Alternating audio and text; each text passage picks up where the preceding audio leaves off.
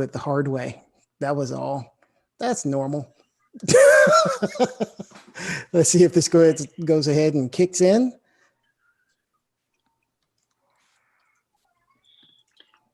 And with that, my friends, that was all. Everyone is here. Excellent. Let's see if this goes ahead and kicks in. There we go. I hear it. Woohoo. All right. Now with that, Dr. Hayden, have you returned yet? Hey Jamie, have you created the breakout rooms? Oh no, this was just one breakout room for the judges, not for all the teams. Okay, gotcha. Sorry about that. We are back. You're back? Excellent. Back. Judges are back. Okay, and you do have the new jury forms, is that correct? Did you replace it is it the same URL? Negative. It is sitting inside of your email. The jury form was locked by a person that is in Estonia and asleep right now. Ow! How dare he?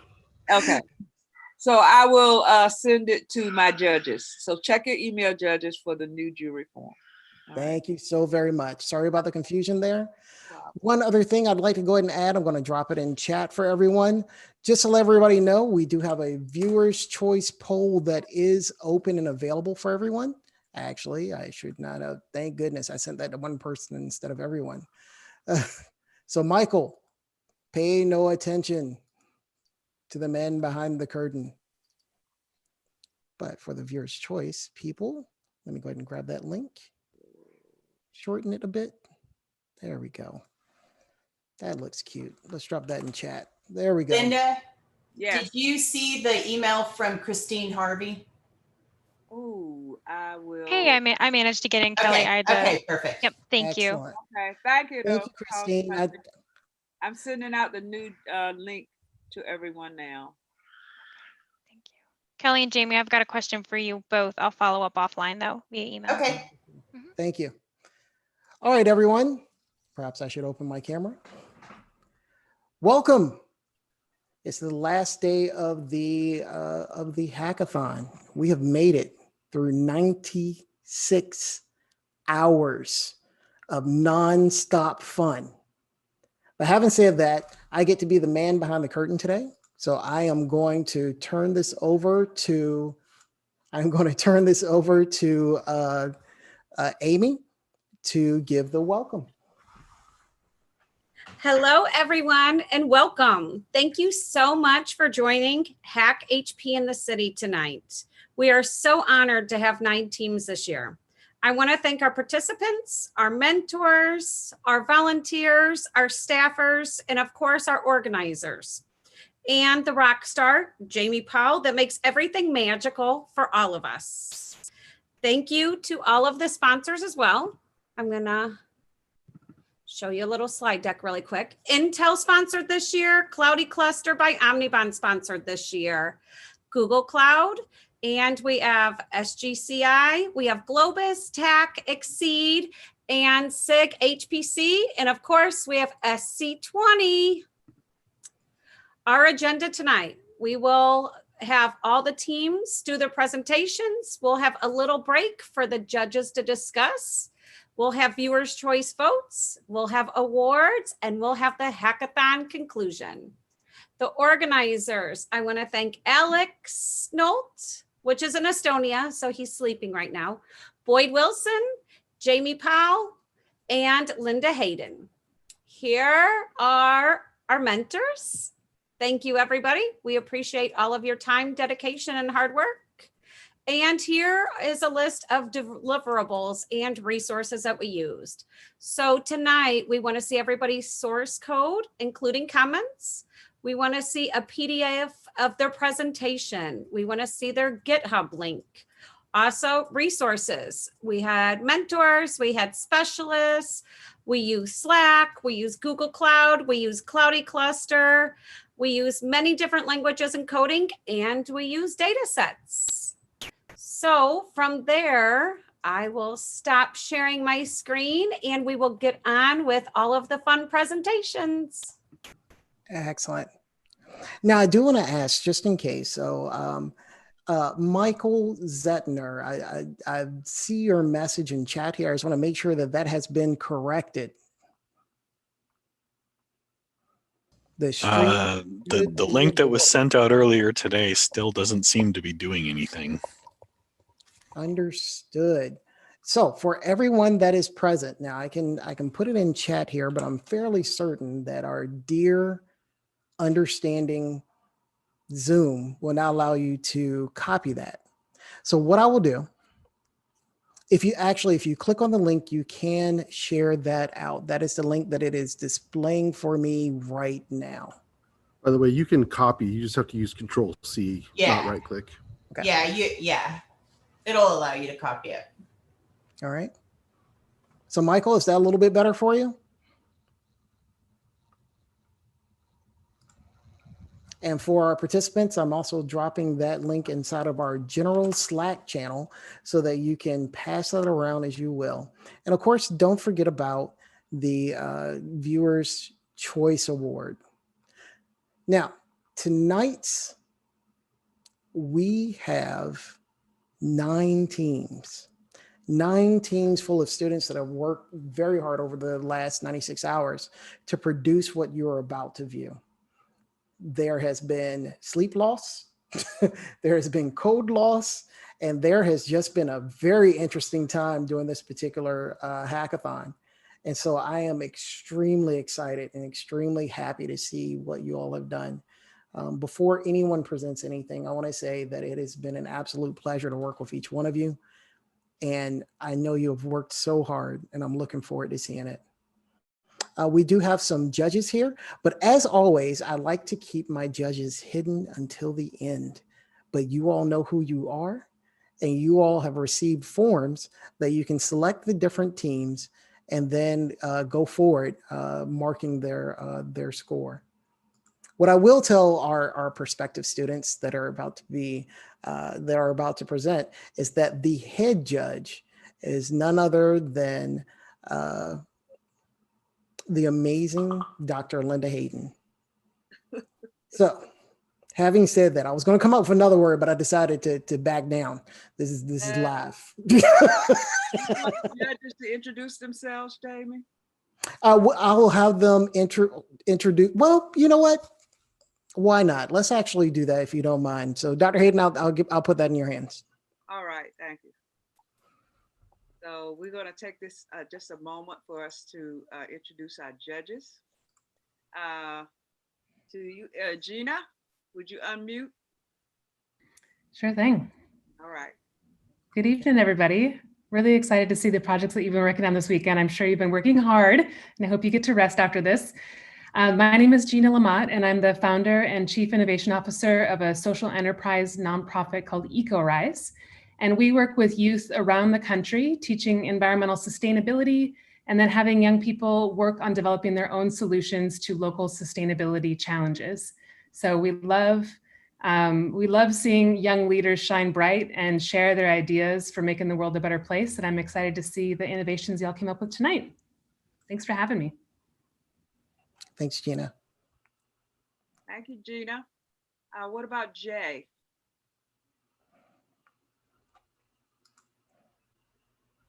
Jay, could you unmute?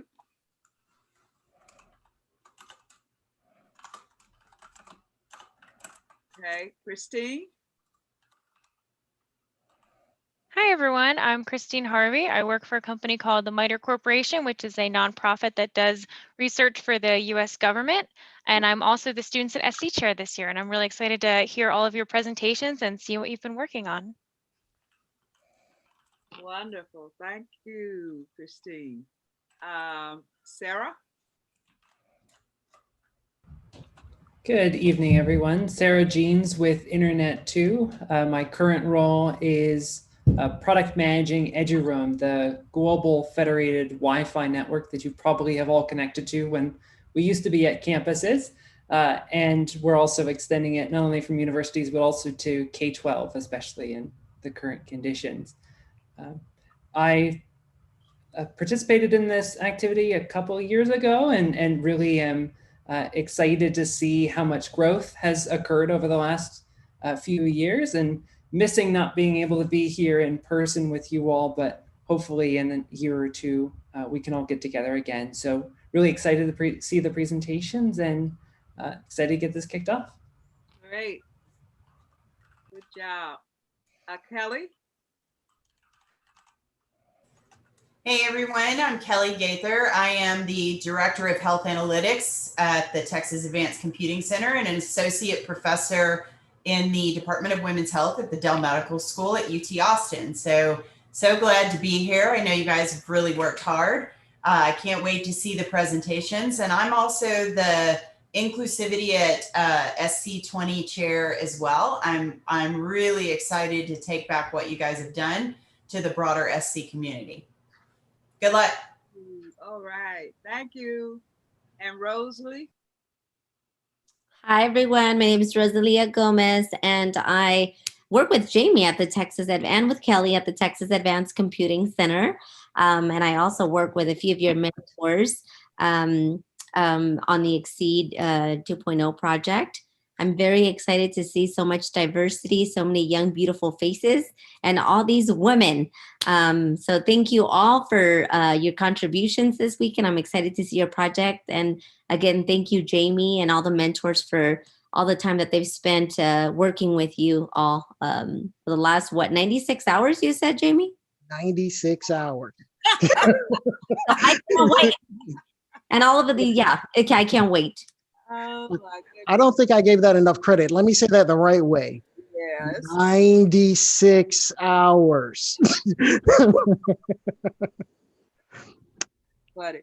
Did we get all the judges? Did I miss anyone? Okay, well, we thank you. Oh, we got one.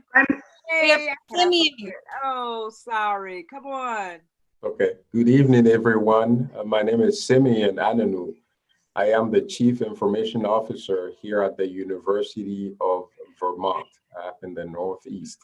I'm really, really excited to witness your innovations because as being on a university campus, I'm always interested in how our young people are contributing to the future of our society, which now heavily depends on digital technologies and data. So I want to see how all of you have come up with solutions to power our future. So very excited to be here and looking forward to seeing how you're going to educate us tonight. Yes, thank you very much. Did I miss anyone else? I'm Lynn Vance. Hi. Hi. I am a nursing director for Ascension Health in Austin, Texas, and we do a lot of staffing and scheduling and trying to coordinate things behind the scenes. So I'm very interested in what you guys have come up with. This is exciting. Great, me too. And your first name again, I don't have you on my spreadsheet. Lynn, L-Y-N-N. Got it. Okay. B-A-N-C-E. I got you now. Thanks, Lynn. All right, did we get everyone? These are our stellar judges for tonight, and they will be listening carefully to your presentations. So in order to judge you by the criteria that have been outlined by Jamie. Thank you. Excellent. All right, you all. It's what we've all come to this night to do. And for all the people that have joined us online, both on YouTube and for Zoom, what we're waiting to see. So with anticipation, we're looking forward to hearing from the Rosadas Tigers.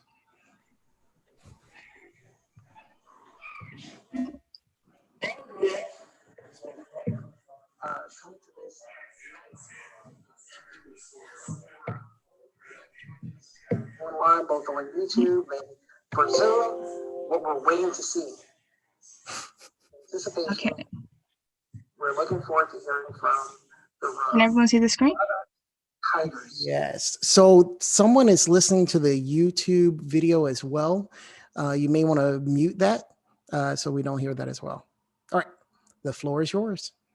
Okay, good evening, everybody, and welcome to the final presentation for the Rosadas Tigers for HPC in the city, in the virtual city.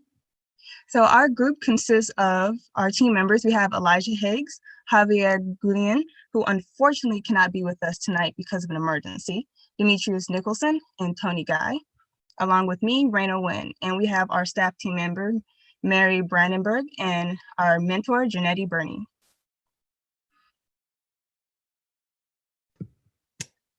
Hey everyone, so to give some background on our project, cancer is one of the leading causes of death in Georgia, and breast cancer is the leading cause of cancer incidence for women in Georgia. With this, we have our project, which is to use prediction modeling to look at how risk factors of breast cancer may increase or decrease. And this is done to spread awareness to these issues for women who fit in these demographics. And with this awareness, we hopefully think that that will be able to lead to prevention. Okay, and now we have the HPC technology that we use. We use Colab, and here's a run through of our code.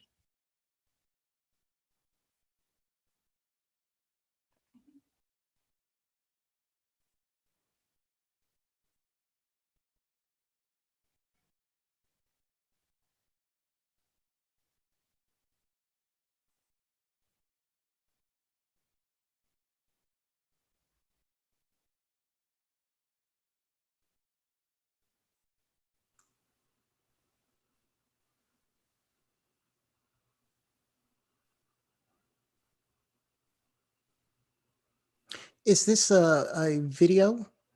Oh, can you guys not hear it? No, we can't. So if you stop your share and then click on share again, and in the lower left-hand corner, there's a square there that says share system sound. Ah, share computer. I went to the wrong one. I went to the advanced and I thought I had done it there. Thank you. Not a problem. Okay.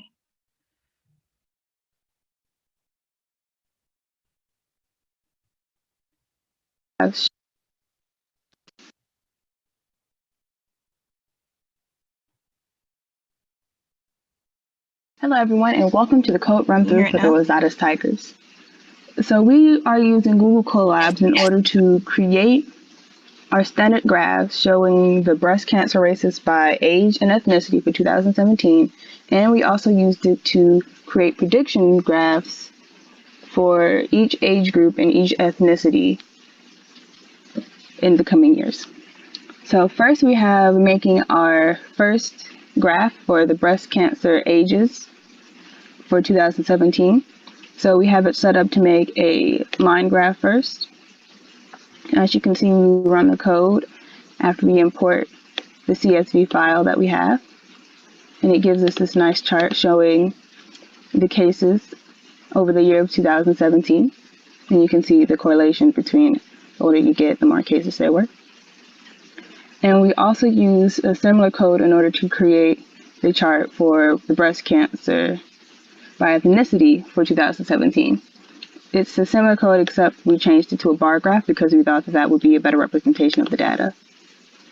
So after we run the code, we can get our nice little bar graph showing the distribution of breast cancer rates by ethnicity for 2017. We also, as we go down, use Google Colabs in order to create prediction graphs. So shout out to Quarantine, Caleb, and our other mentor, Mary, for helping us get this code figured out for making the prediction graphs. So the first prediction graph we have is for the non-Hispanic whites for over the course of 5 years from 2013 to 2017. And we hard-coded our data points in for the prediction graphs because it would have been a lot to make a CVS file for every single prediction graph that we have since we did it for so many.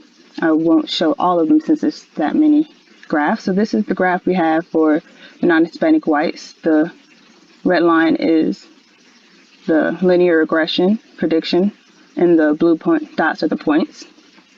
We also did the same for the non-Hispanic blacks using the similar code but changing the data sets for what we got. And we get a similar line with similar points with that one. And we also did it for each different age group. So I'll show you 2 age groups like I showed 2 ethnicities. We have the 30 through 35. So we use similar code, changing the data points in order to get our correlation graph and showing the prediction of what it will look like based on the average of all the points. And we also did it for 35, 39. Okay, so the rest of it is just showing how we did the rest of the graphs. I'm going to keep going with the presentation. Okay, we pulled our data from the Breast Cancer Surveillance Consortium. That's where we found the data set. We also used the Georgia Department of Public Health and Cancer. They gave us figures for breast cancer statistics. We would like to give special thanks to everyone here, especially Caleb, Hector, and Quarantine. We appreciated the opportunity to participate in this year's hackathon. All right, and now we can show our mentor share the screen so we can get a small glimpse at the website.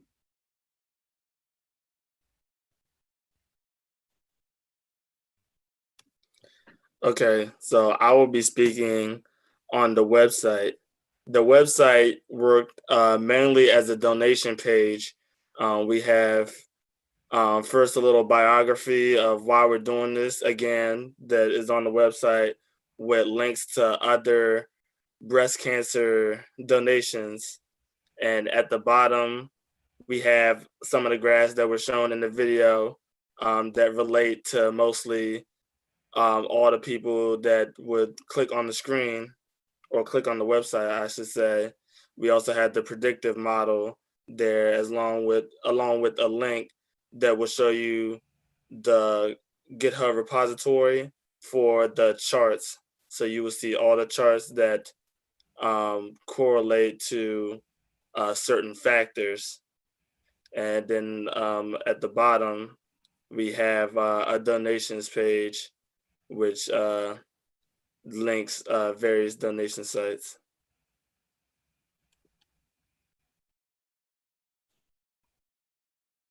And that concludes our presentation. Thank you for listening with us.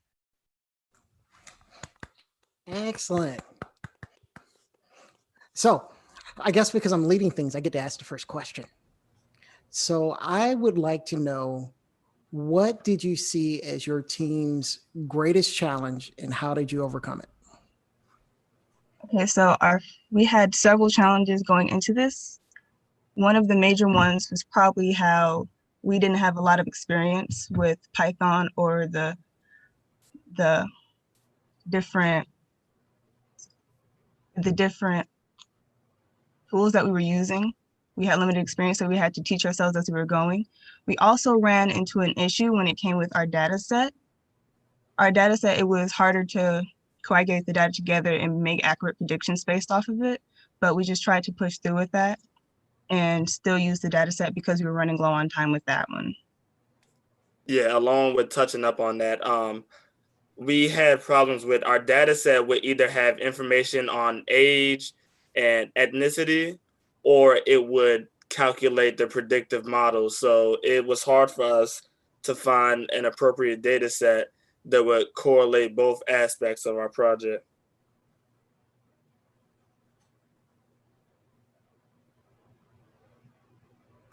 So with the predictive model, what did you guys find in your predictive model?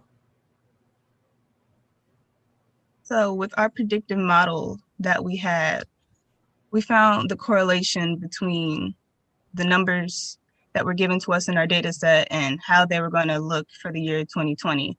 And on the graph that was showing, like the red line, it was supposed to show like where it was supposed to have gone for 2020. And it did give us an approximated prediction, but it was not as accurate as we would have wanted it to.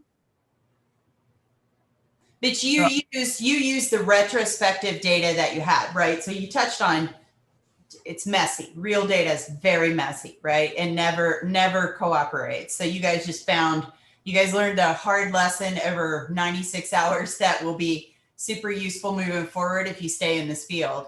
But I would expect it to have been hard to predict given some of the data and the issues that you guys faced. But I thought you did an amazing job actually tying it back to the problem in Atlanta. I love that you scoped it right there, very local. Thank you. Thank you.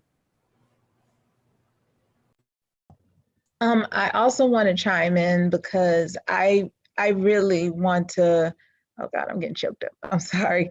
But I really want to emphasize just how hard all of them really worked. Their data set went up to about 2.6 million records that they had to sort through. They had to categorize just to, try to make it work. And even though it didn't, it was trying to work against us, they still took the best of what it was that they could get and tried to make it work for them. So I just want to say I am so very proud of all of them. God, I'm sorry. I'm sorry, but I'm very proud of all of them because I know where they started at and I know where they came to. And I really, really am happy for each and every one of them, and I'm super proud. So I wanted to ask a question. I think this is really nice work. Since this data is so messy, as you've discovered, what kinds of additional data would you have wanted, could you have gotten it? Like, could we have gotten it? We had plans to do more factors other than just age and ethnicity. Like, we were going to look into breast density too. But because of how messy our data was, we thought it would be better to just, instead of trying to go so deep into all that stuff into the data, to just work with what we had. I can Wanted add to have like, there were like a lot more factors on the data set, and like the main issue was that we were kind of ignoring that we had to try and maybe find a correlation between all those things together instead of trying to look at each one individually.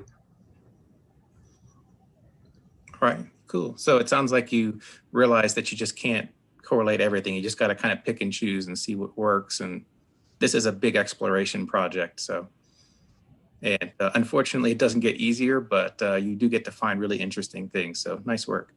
Thank you. Thank you. I have a comment and a question. Very impressive presentation there. With this work, all these, the amount of time that you've spent and the data that you've picked up and cleaned by now, what do you actually expect to do with this outcome? Is it something you plan to present or to share with health authorities in the Atlanta area? Well, the predictive models that we use, they kind of give us, if we had more time, we could try to calculate at least the average on how it would be in the future based on past models. So our whole goal was to spread awareness of especially all the factors. And so I feel like that's how we accomplished it a little bit. Say we would have tried to make the website public domain, so like to spread awareness of the risk factors so that any woman in Atlanta or anywhere else could be able to go in and check their own risk factors, like go and look at the graphs, be like, oh, this is my age range, this is the risk factors that I have.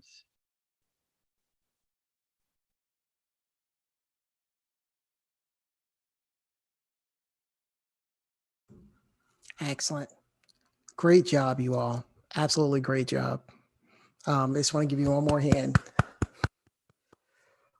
All right. Moving right along, you all, on to our next. I need one of these. Sorry. You know, y'all are seeing why I love working with these people. I'm just saying. So moving on to our next team, the Street Sweepers.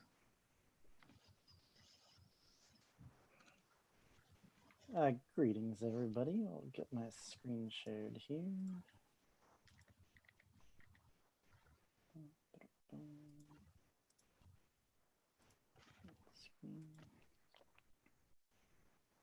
I don't think I should have any audio, so it should be all right. Let's get our presentation popped up here.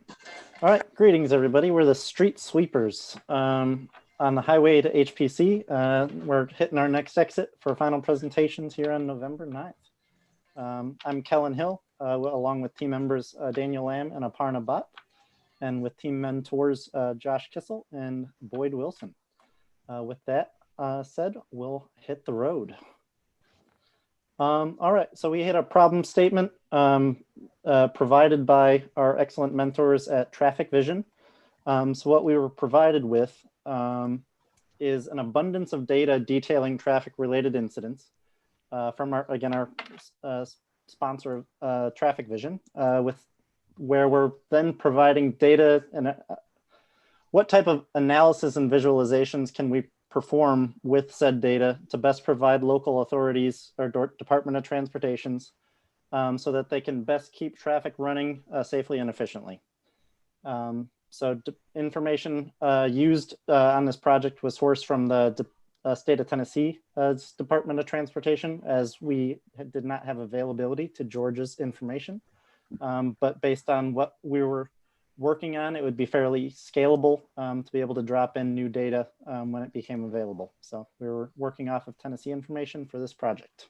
So the question asked, how can we as the programmers help these Department of Transportations visualize their data and allocate their resources?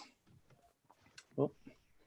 So anybody who's, Department of Transportations are one thing, but these are the people that are keeping our cities moving, or keeping traffic moving. So when you do run into traffic, they're often the ones concerned about fixing any issues, alleviating any traffic control patterns. So what you can see down in the bottom right there is actually some traffic flow. And this is how Traffic Vision then sources their information or gains analytics from the cameras watching highways. So you can see each car is tracked as an object.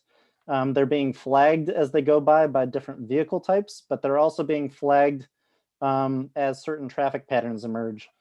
So I believe I think it's back here at 30 seconds, you can see on the left side, there's a yellow box here flagging a stopped vehicle incident. And that's the main type of incident we focused on in this situation because they're often the cause for traffic. So our goal was to create visualizations using the metrics provided from this data to better inform how the Departments of Transportation can allocate resources for tow trucks or working on the roadways to more efficiently move traffic. So some of our products we're focusing on then were a heat map of standstill traffic to inform locations of hero trucks, focus on incident locations over time. So you can kind of see a span of time and know either what time of day you might get the most hits for certain incidents, and then identifying problem areas by charting cameras with the highest incident rates. So you can get a count per camera and identify the most problematic areas. All right, I'll pass it on to Daniel. Thank you, Kellen. And our goals reached the next steps. We successfully got the API to interact with the Traffic Vision data. And with that data, we got it aggregated and we got it visualized in a slider and other charts. And some of our next steps, we want to provide more visualizations and more analytics with the Traffic Vision data. Next slide, please. And what was learned. Well, for me, this is my first time using HTML, and I'm fairly new to Python and Google Colab, and someone else used R and high charts and pandas and Mapbox and JSON. And troubleshooting, we utilize Google's developer tools to analyze issues. Next slide. Along with the troubleshooting and pair programming, it was a lot of in-depth work working with each other as we ran into issues. That was obviously a bit more interesting at sometimes than others, but a lot of lessons learned there for troubleshooting issues to identify any problems we ran into. All right, so we have our Aparna, if you want to talk about our GitHub. Sure. Yes. So this is Daniel. Can someone just pull the GitHub repo? Mm-hmm. So this is our GitHub repo with all the data visualization and data aggregation. I'll just share my screen to show you people a little demo of what we have currently hosted on Google Cloud. Hold on 1 second for that. Aparna will, just for screen sharing, I'll go ahead and jump in for doing the data aggregation a bit first. And then we'll head your way just for not having to pass screen sharing back and forth too many times. But all right, so initially for data aggregation, we were working out of Google Colab. So this is where we're doing a couple of API calls to Traffic Vision's system to be able to pull in the necessary data. So we got a couple of defined API calls up here at the top. We're then calling in, this is a call then for real-time data for each camera in the Tennessee network for Traffic Vision. So that's pulling in, let's see, I can go ahead and print that here. Traffic. So that's going to print certain data for latitude, longitude, camera name, a bunch of other information. We focused on specific information within this subset, so that wound up being a part of our end data frame that we were using. The next call winds up being stopped incidents, which we have to get from a different API call. So we were focusing on stopped incidents from October of 2020. So this is a printout of a few values from the top of that table. But what this table actually here represents, or the data frame you can see then represents the parsed together data. So one API was able to call certain information, and then we had to parse in latitude, longitude, and camera name from that real-time information I was talking about. But we were then able to export that data as a JSON.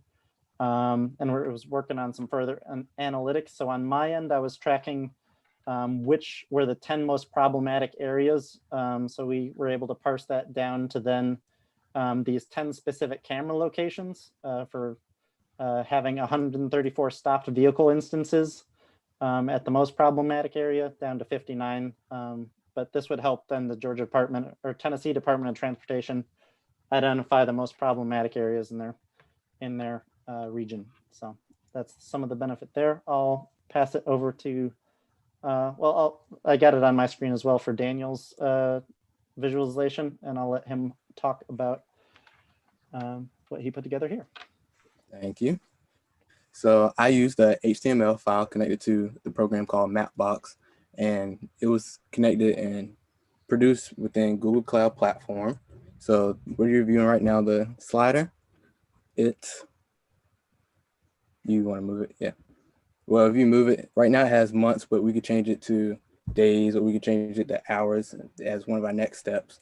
But if you zoom in, those would be where the cameras are. And then if you change it to hours, you can see this point, this is where it was congested or stopped. All right. And those are our areas where our cameras are. All right, and then I'll stop sharing to send it over to Aparna. Thank you, Kellen and Daniel.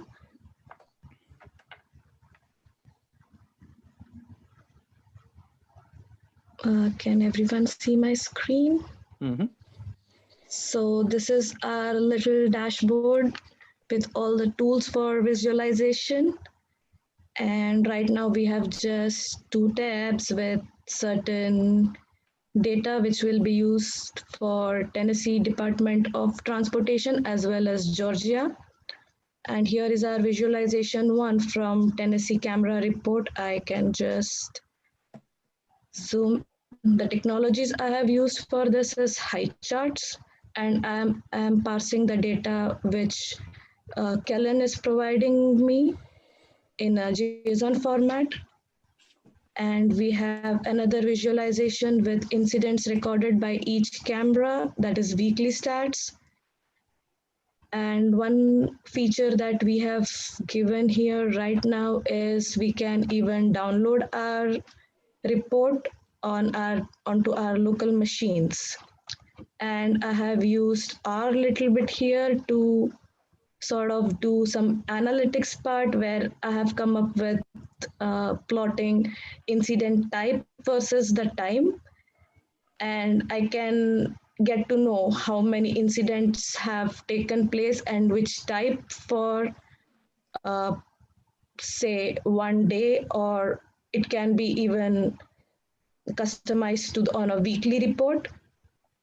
And by doing this, we will be able to help Department of Transportation analyze that how much time people are spending in traffic, or the example, the trailer trucks are getting stuck in traffic and it's the money lost. So how much millions of dollars can be saved by keeping the traffic flowing, as well as the visualization along with, and our further goals are to provide with the locations where they can place the hero trucks and probably get the things done much more faster. And here is our team. Myself, Aparna Bhatt, Kellen Hill, Daniel, and our mentors, Joshua and Boyd. And if anyone is interested, that's our theme song. And this has been built with a lot of love and a lot of coffee. So thank you very much. And I would like to thank each and everyone, all the judges, mentors, my teammates, SC20, for providing us with the opportunity, this wonderful opportunity. Thank you so much. Yeah, plenty of thanks all around. Excellent job. Excellent job. I'm not going to hop in with the first question this time. I'm going to leave it up to someone else. Great job, though, guys. Hey, this is Christine. I have a question. So I've worked on a lot of teams where people have different skills, and it seems like you all did a really nice job of kind of like finding your niche and running with it and sharing the workout. How did that happen? Did you all just happen to not have any overlapping skills and just decided right away, or did you learn new things? How did that all come about? With a bit of guidance, we wound up having some initial discussing what we wanted to accomplish and who was interested in what particular area. So that really helped to inform, just to make sure that there was obviously the necessary overlap for knowing who's passing information, who's using it, how. But yeah, that early conversation really helped to set that in place, so we weren't running into each other too often throughout the process. Nice. Yeah, it seems like you all did a great job with that. So congratulations. This is really nice. Thanks. Thank you. Thank you. Excellent. If there aren't any further questions, thank you again. Great job, you all. Thank you. Now, up next, Hotspot Hero 6. Oh, they're ready. Okay. The floor is yours. Okay. Good evening and good afternoon, everybody. We're HPC in the city's Hotspot Hero 6. I am Brianne Guerrero. I am an applied mathematics major at California State University of Los Angeles. Hello, my name is Alex Gutierrez. I'm a math major in the teaching option in Cal State LA. My name is Tanner Reynolds. I am a computer science and a math minor at Elizabeth City State University. And I'm Alyssa Ventura Parra, a senior at California State University, Los Angeles, majoring in applied mathematics. Okay, so for our agenda today is we'll cover introduction, data collection, how we use HPC, progression, our deliverables, demo, future work, and acknowledgements. So our GitHub page, here is a link to our GitHub. You'll be able to access all of the data that we used, our code as well, and some information about our team and our project. So our topic is K-12 broadband access. So the presented challenge is, how can we help Atlanta area schools provide mobile internet hotspots to low-income housing areas? So with enough time and data, ideally we wanted to create a resource for schools and their students to use.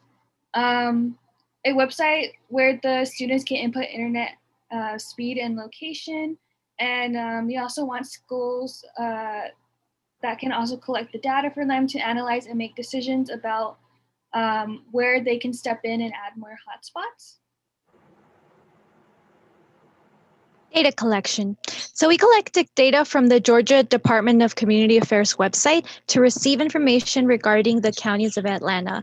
From that information, we were able to determine the unserved census blocks and the percentages of the unserved communities within a county.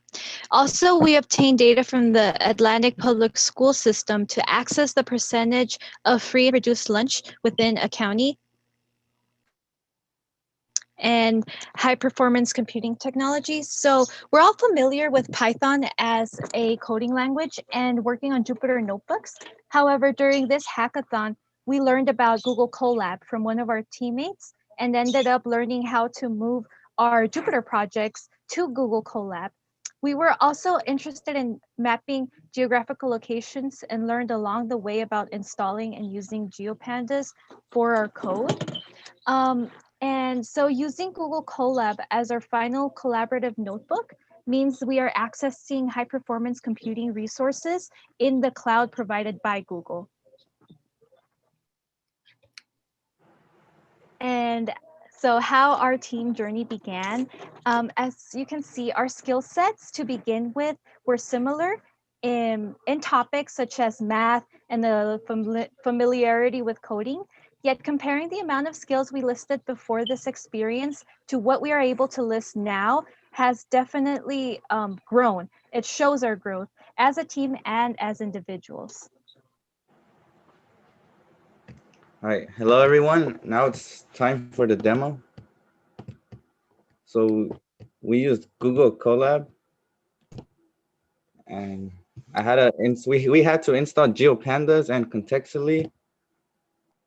And so in order to map the unserved areas, so we imported GeoPandas contextually and matplotlib. And thanks to Daniel Lewis in helping us learn how to use GeoPandas, and we were able to get this code. And we pulled our data from the URL of our data set. And this is all of Georgia's counties listed by the census block IDs. And it shows the unserved and served areas. And it has 291,000 rows times 16 columns. So I had to cut it down to only the Atlanta Regional Commission area. And that had 53,000 rows. So I listed them by how much area is unserved by the Atlanta County. And as you can see, Rockdale has the least and Fulton has the most unserved areas. So we could put the input here, and let's say we want to see how Douglas is looking. So I'll enter Douglas. And this is the Douglas County on unserved and served areas. And now it's only 1,699 rows. But I want to only see the unserved areas. So we made this code, and now it's only 79 rows. So next we want to map it using the GeoPandas code. And we get this visualization. And the outlined in blue is the unserved areas in this county. And that's our demo. Oh, sorry. Let me present this. So this is Rockdale County. This is Fayette County. And this is Douglas County, as I just showed. And this is the Atlanta Regional Commission, all of the unserved areas. And our future work will be presented to you by my partner, Taeyon. For future work, as we continue our research, we would like to expand across multiple counties to analyze the rest of Georgia. Once we have accomplished this, we would like to move to different cities and states within the United States. We feel as internet availability was a major concern before COVID-19, and the problem will still present itself after COVID-19 is diminished. And we feel as internet availability can impact a student's life in a major way. and it is essential to their development. For future coding work, we would like to expand the scaling data and plot school locations within the same map. To do that, we will have to merge the two data sets, and that will help us with the better data analysis. Acknowledgements. We'd like to thank Edgar Garza, John Harley, and Dan Lewis, and the other staff for their support and assistance on this project. We'd also like to thank SC20 for allowing us to participate in the HPC and the City Hackathon. And thank you to all of the sponsors for allowing us to do this research. And these are the data sources that we use to complete our project.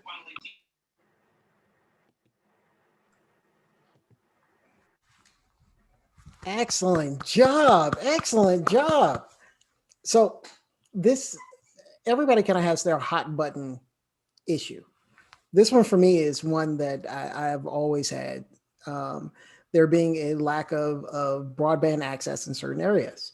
And of course, with the coronavirus and the extension to people working from home, that issue has become a real separation, so to speak, in what people are able to do at home. And I was really surprised that buses would actually drive around to different areas to provide internet connections. So having said all that, the question I have to you, if say someone like a T-Mobile or a Verizon or AT&T came to you, or even a Starlink came to you and said, where should we work? Or what should we do? Based on the things that you've seen in this project, what would you say, or where would you say would be the primary area where, let's say, the most low-hanging fruit could be addressed? I would say there's two. I would say rural areas, and also like apartment complexes where multiple people are living in one spot and using the same broadband access. So like it's harder, it's gonna slow it down if 5 people are using the computer at once and streaming on Zoom. So that's my answer. Right. I don't know, my partners have more. I feel like as we merge the two data sets, like I said, that would give us a better predictions of where we want to access. We'll put the hotspots at, as we would know it can benefit more people. Yeah, you guys did a really nice job, and I felt like you used the right metrics to determine where to put things. So kudos to that, because I think people have preconceived notions, and you guys actually used, I think, what was really valid metrics for that. It would be interesting for your next step, because if you know what you know, you also know sort of population density per square foot, which would then tell you, so it's not just bringing one bus in, right, with a hotspot or 3 or 4 hotspots. It really relates to where the people are. And it goes back to sort of if there's an apartment complex, you want to have, you want to target that area, but you guys have enough information to actually know what density of hotspots you need to have for the density of the population that needs it. Either you're K through 12 or actually K through 16 these days, pretty much. But you guys, it seems like you guys have that information. So kudos. You guys did a great job of presenting too. I couldn't tell where one stopped and the other one ended, which is the mark of a great presentation. Thank you. Thank you. All right. Having said that, if there aren't any further questions, great job, team. And we're going to go ahead and move forward. So up next is Team Focus. While they're getting set up, I just want to remind everyone that you can indeed go online and vote for your favorite team. Right now, we're up to about 53 votes. And we know there's more of you out there. And believe you me, the teams definitely want your vote. So with that, team focus. Oh, I do want to add one thing to that. I'm sorry about this. This year during the hackathon was the first time we actually had student mentors. We actually had 2 student mentors. And this group is the first of the 2 groups that have student mentors. It's actually headed by Miss Jocelyn. And of course, I'll let her group members tell you more about her. Thank you very much, Jamie. Hi, guys. Welcome to Team Focus. My name is Jocelyn Salgado, and I'm one of the first few student mentors, and it is an extreme honor to be here. So thank you so much for allowing me to have this opportunity to be with you guys. I don't know if you can hear a song. Louis, do you think you could play it, please?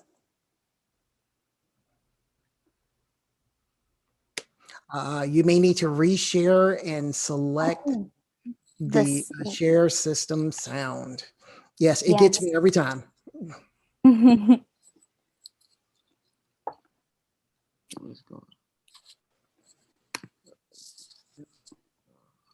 seconds. And it's down in the lower left-hand corner of that little window that pops up when you click share. Share system sound. I'm sorry, well, can you repeat that? So if you click share, in the window that pops up in the lower left-hand corner, there should be a little check mark for share system sound. And then, of course, select whatever, select your presentation.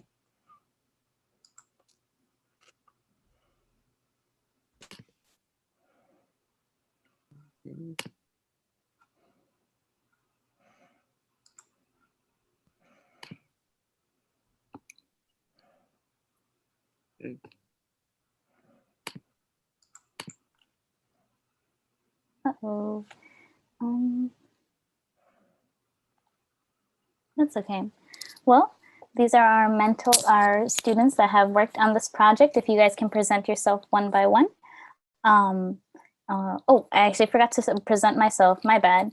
So my name is Jocelyn Salgado. I am currently working towards my business and marketing degree, and I'm currently obtaining both my associates in arts, in business, and in science.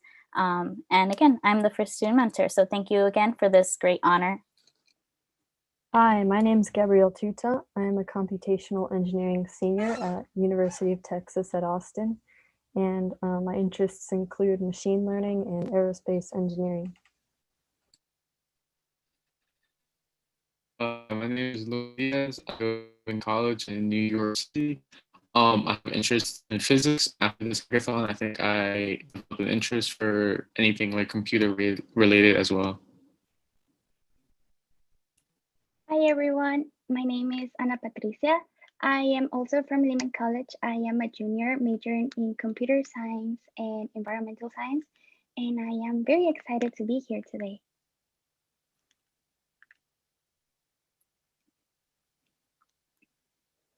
And Junyi is our technical mentor. He helped us out a lot with the Docker and VM part of it. So we thank him for that. Mm-hmm.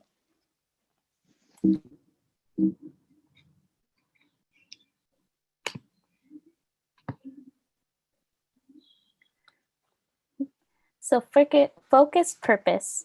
So our primary objective is to analyze one's facial emotions as an event is taking place right at that moment. Whether someone is in distress or just in a dangerous situation, that specific time frame is what's going to be analyzed and kept in that frame. With that time frame, it's going to allow us to send key phrases on what's happening throughout that situation and basically analyze it and say whether someone is in distress, fear, anger, etc. The whole purpose of our project is actually to help solve social justice issues in our society and create a social equilibrium. Next slide. How Focus came about.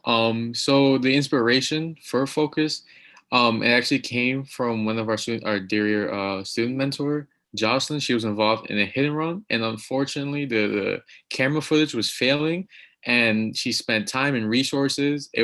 Those time and resources were ultimately wasted because the camera footage was completely worthless.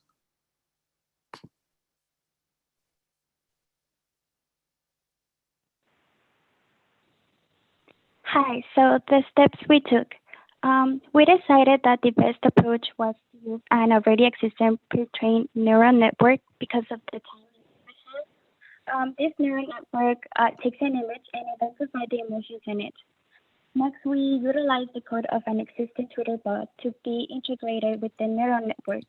So each time the bot is mentioned in a tweet, if the tweet contains an image, then the bot will reply with keywords, or aka the emotions, back to the user. An important step to get the bot to reply back was to generate API keys, which are unique identifiers that authenticate the user or the program. Next slide, please. So how do we use high performance computing? Well, we store all our data and sources into a bucket in the Google Cloud platform, as well as we created a Jupyter notebook to write the bot code using the IA platform inside of Google. Lastly, we use a virtual machine to run the pre-existing network. It is important to say that the Docker container and virtual machine can be deployed from anywhere.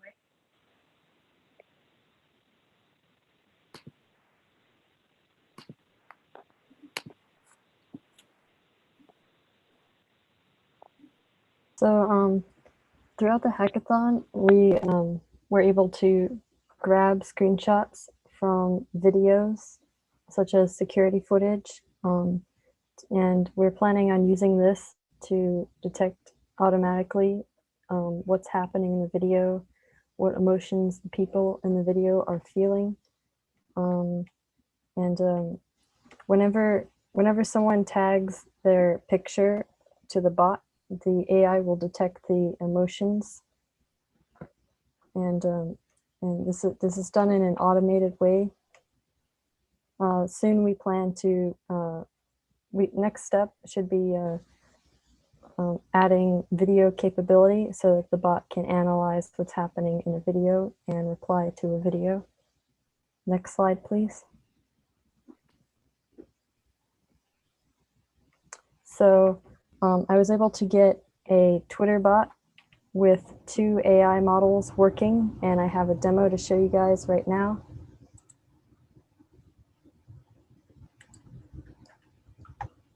Okay, so this bot is being run on the VM set up Gabby, in. you can't see your screen just quite yet. Oh, you can't?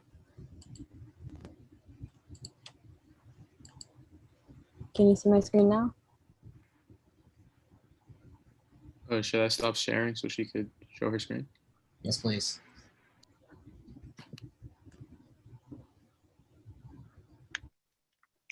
Here we go.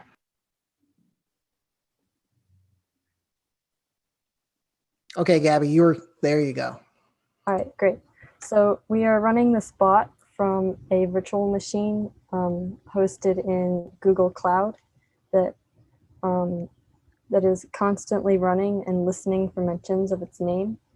So the way it works is from a Twitter account, you can tag the bot. Note, this is a temporary name.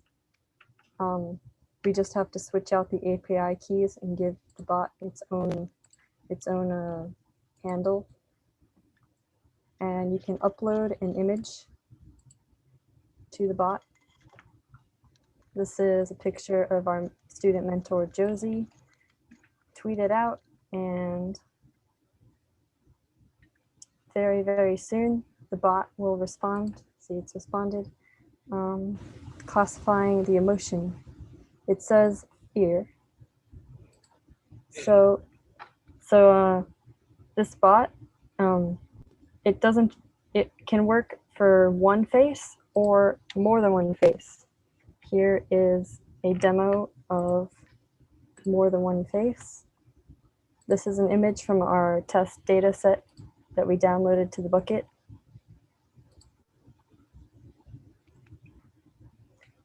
So so the way this bot works is it's always listening for mentions of its name.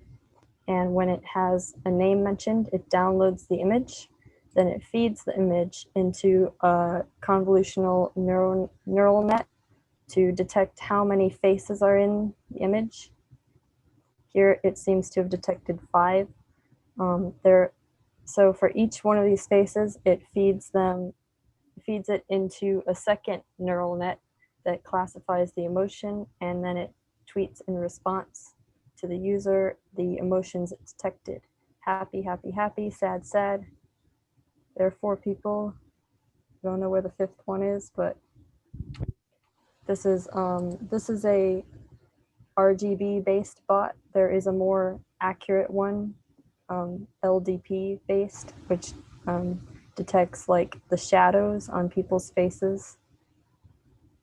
So that could be a source of more accuracy. And I'm going to test the bot on an image. It can work on lower quality images too. This is a blurry image.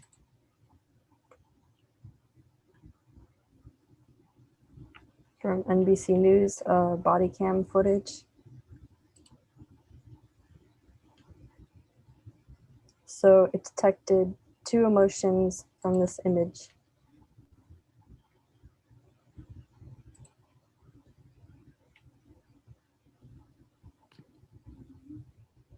Oh, Gabby. Yeah. Okay, cool. Okay.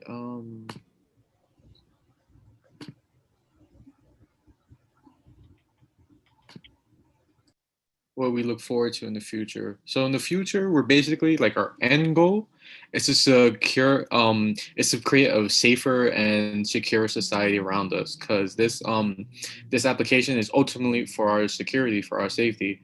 It helps us detect emotions and like those videos like Gabby demonstrated. And ultimately, we all feel like this app can help us lead us towards that safer society. That clip or image rather that she showed was a clip image from one of the Atlanta protests, and I feel like if we implement it throughout Atlanta, we could help make it much safer, much securer in response to those emotions. And we also want to we're also hoping for a partnership with Life 360. Life 360 is an app. It's like a safety app. So as you can see here, if you were on the app, you will just press this button right here where it says tap to send SOS, and it'll send a message to one of your emergency contacts, as well as send it to emergency services such as an ambulance or police. So hopefully in the future, we can have a partnership with Life 360.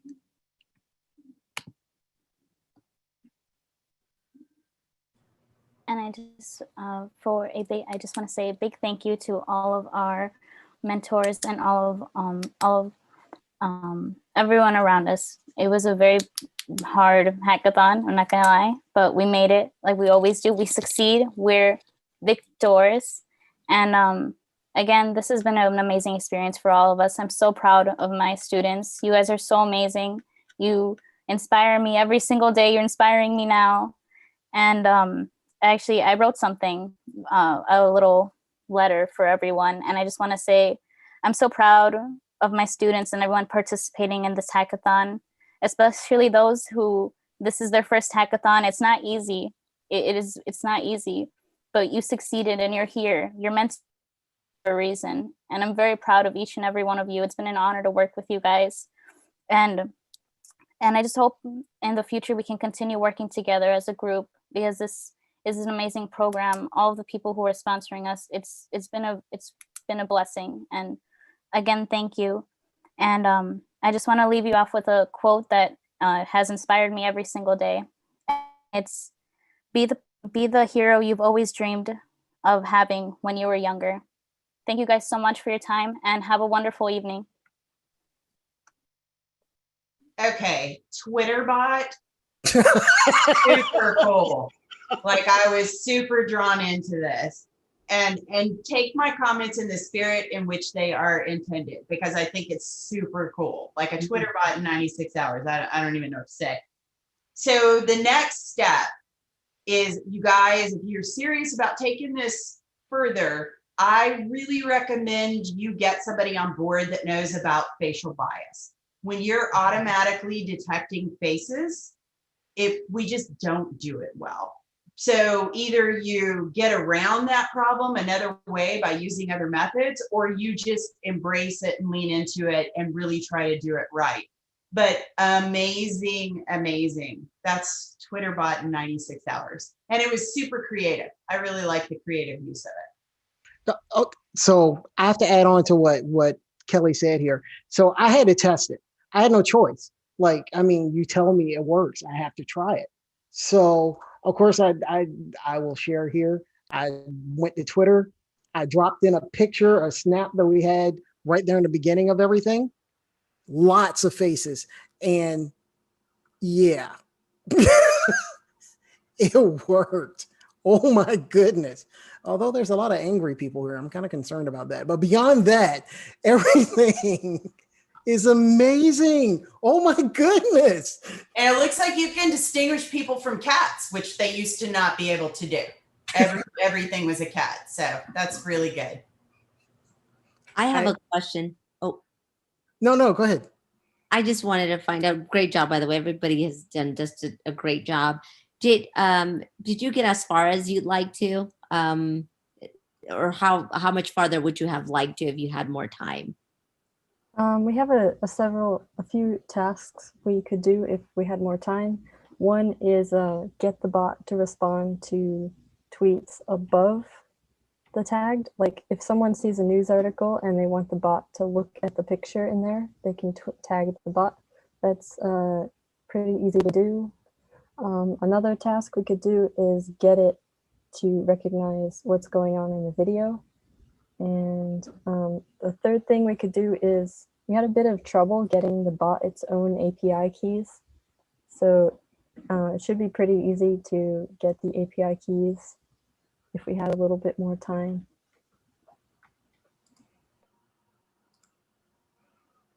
So there any other questions? Oh, can I just show something really quick? I forgot I want to share my screen really fast. Is that okay? Yes. Yes, Okay. that's fine. Thank you.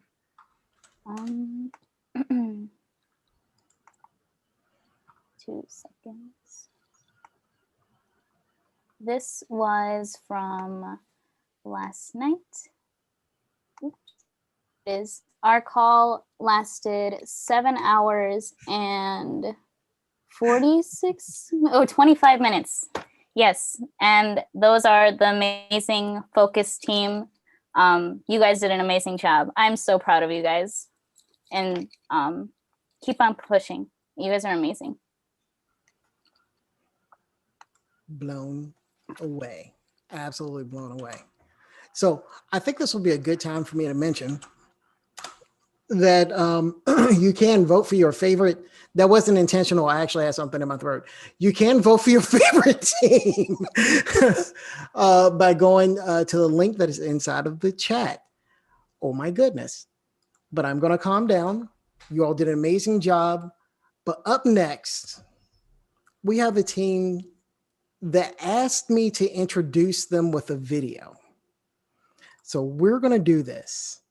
And I'm going to make sure that you all don't have to tell me to go to screen share and to go to the bottom left-hand corner and click sound, because I'm doing it as I say it. And let's share this and allow the team to introduce themselves. Play Snake Jazz.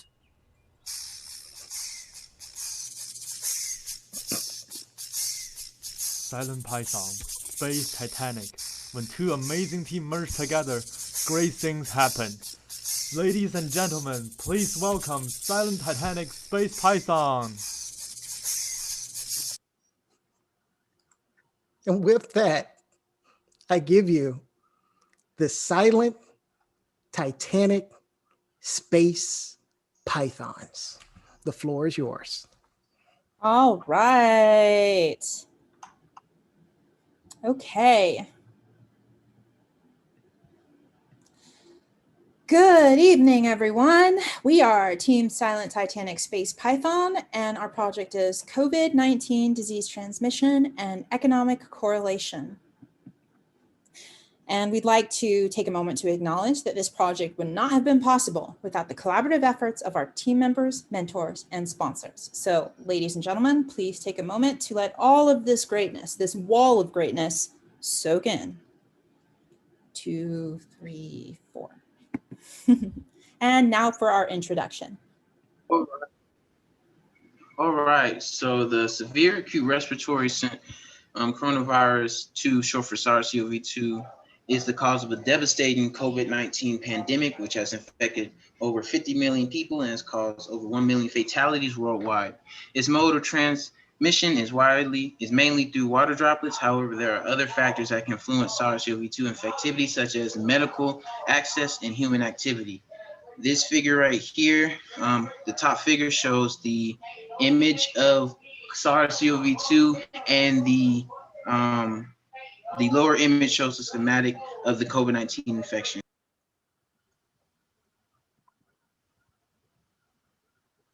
So for our project overview, we wanted to investigate the transmission of the disease in Atlanta. We wanted to create projections of infection rates and the spread of disease in Atlanta. And we wanted to visualize the impact of projections on hospital capabilities and resources in Atlanta. And we wanted to visualize the impact of diseases in Georgia viewed as death rates among income brackets. For our project methods, we use susceptibility, infection, and recovery modeling, heat mapping, scatter plots of COVID-19 impact per economic status, and high-performance computing technology with Google Cloud. So, to demonstrate the utility of our project, we'd like to propose a hypothetical scenario. Bob is a resident of Hale County in the Metro Atlanta area and works in a popular restaurant. Bob relies on public transportation and therefore may be at higher risk for exposure to COVID-19. If infected and asymptomatic, he could continue to work and spread the virus to others, which will have wide-reaching repercussions in his community. How can we examine what the potential impact will be? So one way we can look at the potential impact of coronavirus in Atlanta is by looking at a heat map. We were able to generate a heat map using Choropleth maps with the Plotly library and Jupyter Notebook. We noticed that there's a significant correlation between the average income and a population's ability to combat the coronavirus. This is especially true in the county in the top right corner called Hale County in North Atlanta, where income and population is low, yet COVID-19 deaths and cases remained relatively high. For Bob, let's say that for Bob who lives in Hale County, he sees that there's a higher rate of cases in higher populated areas where he's working. He might feel less obligated to go out to work, or he might take further precautions to protect himself. Another way to look at potential impact is through SIR modeling. So in our simulation for SIR modeling, we utilize HPC resources such as Google Cloud and had the simulation run on a virtual machine. So the model you see to the left shows the typical SIR model, which shows the spread of a disease. As you see, we have people who are susceptible, infected, and recovered. In the model to the right, you see the result of adding the hospital capacity and what the effects are shown from there. So this has the susceptible, infected, recovered, as well as death and hospital capacity. So once the infected cross the hospital capacity, there's a major increase of deaths. This shows that there are limitations to hospital capacity and the results are drastic. And this data could be used to develop strategic containment and resources regulations, which may reduce the rate of death for that county. Another way that we can examine the repercussions is by looking at the death rate in each community per income bracket. So for example, in Bob's community, where people have a household income of around $35,000 and under, there was a positive correlation between death and income. In households where the income was between 35,000 and 75,000, we saw little to no correlation. In households where the income was between 75,000 and 200,000, we saw a negative correlation. And interestingly, in households where the income was 200,000 and above, we saw a slightly positive correlation. So the significance of this data. One of the challenges that we faced was normalizing the data because we wanted to avoid bias for counties with populations that had higher densities. So after normalizing our data by population, we were able to visualize the correlation income had on the death rate in each county with our scatter plots. And the percent error for uncertainty for the data correlation was relatively small, which suggested high accuracy in our measurements. And at this time, I'd like to take a moment to direct your attention to the graph on the right side of the screen. And on the y-axis, we have our correlation coefficient for each income bracket. And on the x-axis, we have our income brackets. So for the correlation coefficient in communities that are between 0 and 35,000 K in income, there was a correlation of around 0.4. And income community brackets, in community income brackets between 35,000 and 75,000, there was little correlation around 0.0. And in communities where the income bracket was between 75,000 and 200,000, we saw negative correlation. And in the communities where the income brackets were between, 200 and above, we did see a positive correlation. But as you can see by this graph, there was a drastic difference between the positive correlation for the higher income communities versus the lower income communities. So in summary. All right. So COVID-19's mode of transmission is influenced by human activity and medical access. Our data suggests that counties with lower income brackets have a positive correlation with the number of COVID-19 related deaths. Our data may be used by the state government and its partners prior to the pandemic to improve the level of preparedness and response tactics of the state, especially towards more susceptible counties like the ones Bob may reside in. And these are our references for our data sources. And if time permits, we would like to perform a live demonstration. However, we also have a link to our demonstration on YouTube. So, which would you all prefer? I want to see it if you can. I was going to say, I want to see it. Yeah. All righty. Go ahead, Jimmy. I was going to say, while you're getting prepared, there's one thing I left out of the beginning because I got so caught up in the movie. In the video, I also want to add that this team is our second team that has a student mentor, just to put out there. And he's amazing. He's like the best mentor ever. Max Curry, what up? Hello. Okay, and so for our demo, we're going to turn it over to Zion. Okay, I'll share my screen. Excuse me, Zion. No, it's Zion. Cool. Okay, so can everyone see my screen? Yes. Yeah. Okay, so this is what we did to make the SIR model. So right now we have a user block that inputs data. As you see right here, we're working on getting real data, but someone commented earlier that dealing with real data is kind of messy and it's harder. So for now we have this user input block, but that's something we want to implement in the future. But basically we just go through, and there was various equations, and thank you again, Max, because Max helped out with these equations to get the SIR model working properly. But basically all the code you see here is each equation implemented. And then we just append everything. So like the temporary deaths and the temporary susceptible and the total amount of each variable in the SIR model, we append that to 2 different arrays, and then we actually plot it. And so when you do that, you have this result. 1 second as it's loading.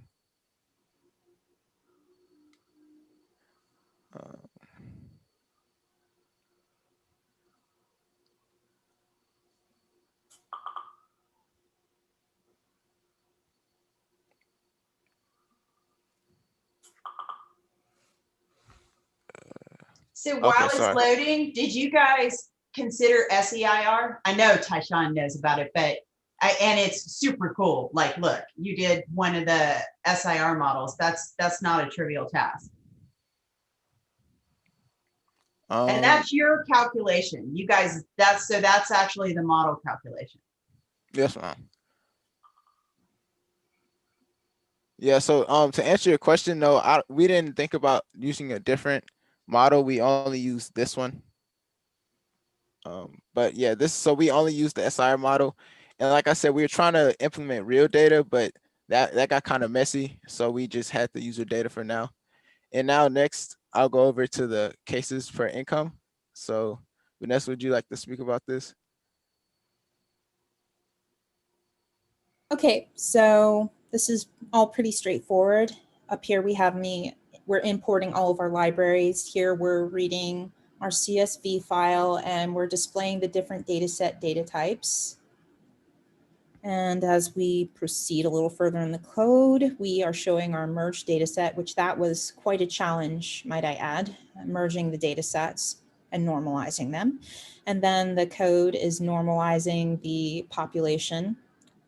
And as we keep going, we see our normalized results. Then we're going to force everything into an array. And we're going to shape our array. We're going to do a correlation on our array. And these are our correlation coefficients for each income bracket. So that's 35 and under. Let's keep going. And that's our plot. Looking nice. And this is our data for 35 to 75. And could you show the correlation coefficient? Oh, sorry. Oh, no, you're good. You're good. Those are our arrays. This is our correlation coefficient here, as you can see, 0.004. That's really low, basically nothing. And then we're going to keep going. And this is our scatter plot. As you can see, the distribution's kind of like everywhere. So there's really not much correlation. And as we keep going, our income is getting higher. Correlation coefficient is negative 0.144. And to visualize that, our scatter plot shows us a negative correlation. You can see that it's going down. And as we go a little bit higher into 200 plus, correlation coefficient is around 0.139. And we can see, visualized by our scatter plot, that there is a slightly positive correlation here, but it's again nearly not as drastic as in lower income communities. And that concludes, one more. This is the plot of our data points or correlation coefficients per income bracket. And the vertical lines, or excuse me, the horizontal lines, they represent our bracket, and this is our error bar. And it's basically showing that we have very little error in our measurements. Cool. And then Abdul, would you like to go over the mapping? Sure. Sorry. So let me start from the beginning. Yeah, I came up with a framework so that we could kind of display some heat maps showing our data. The first thing I did was I actually had to find some. Could you stop right there? I had to find some GeoJSON data to get the choropleth maps to show up. So Plotly actually has a GeoJSON file on their GitHub. So I imported that GeoJSON file to get the geolocation data to help me map the different counties. You can scroll down. The next thing I did was to import our merged CSV file from my personal GitHub to get that data to use as the indicators and in the choropleth map for different things like population and coronavirus cases, as well as the household incomes and things like that.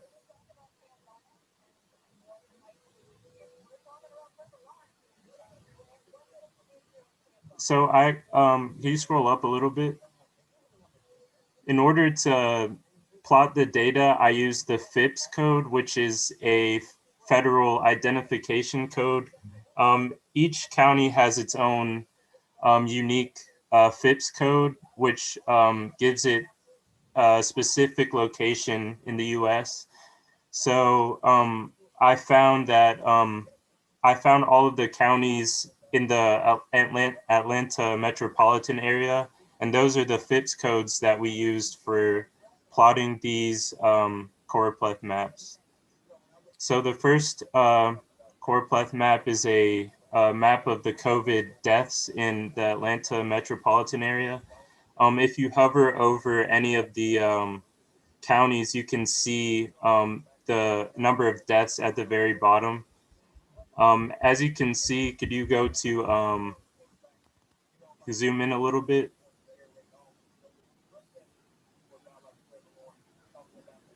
I wanted to look at Hall County. I said it wrong earlier, but that's the county that we saw that had a smaller population, yet they had a relatively high death count as well as the coronavirus cases. If you scroll down, you'll see the figure for the cases. So as you can see, they have about 10,000 coronavirus cases and about 180 coronavirus deaths. You go to Hall County. Sorry, it was acting Yeah. And so that's one thing that we wanted to make sure in our correlation that was really emphasized was the fact that some counties with less income, they might be more susceptible to coronavirus. Thank you. Thank you. There's two more graphs, sorry. You can scroll down to, you can see the population density. Hall County has a relatively small population, and the last graph is going to be a average income per capita graph. And you could also see that Hall County has a relatively low average income per capita.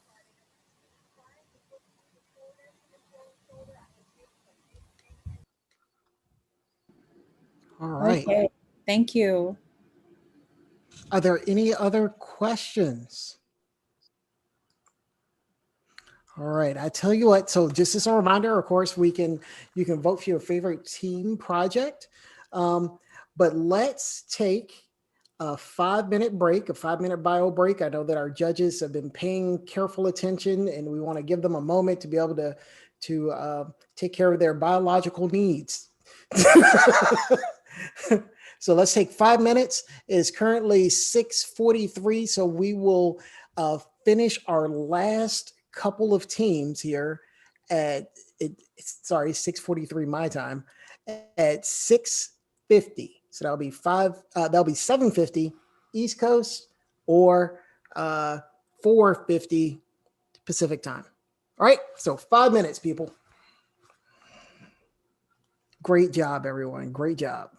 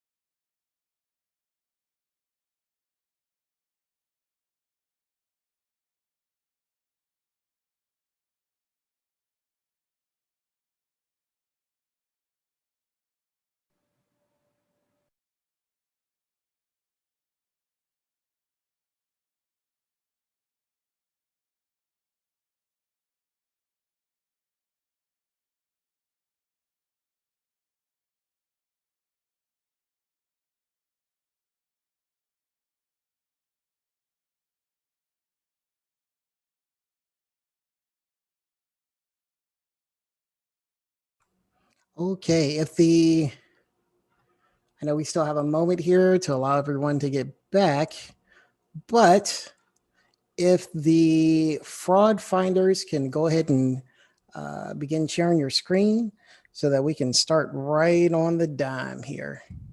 Jamie, I'm sorry. I'm wondering if I can make a remark real quick at the beginning. Is that okay?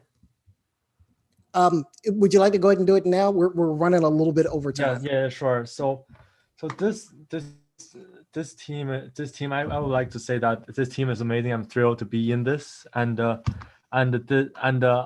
Abdul has done an amazing job on heat map and attempt to do dashboard, and Vanessa is trying very hard and got done a great amazing job on data carpenting, statistical analysis, and the presentation and coordination.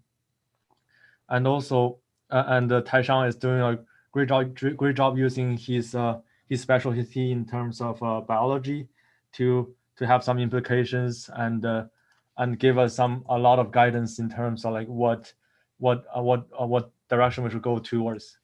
And also he gathered a lot of information that otherwise will be overlooked.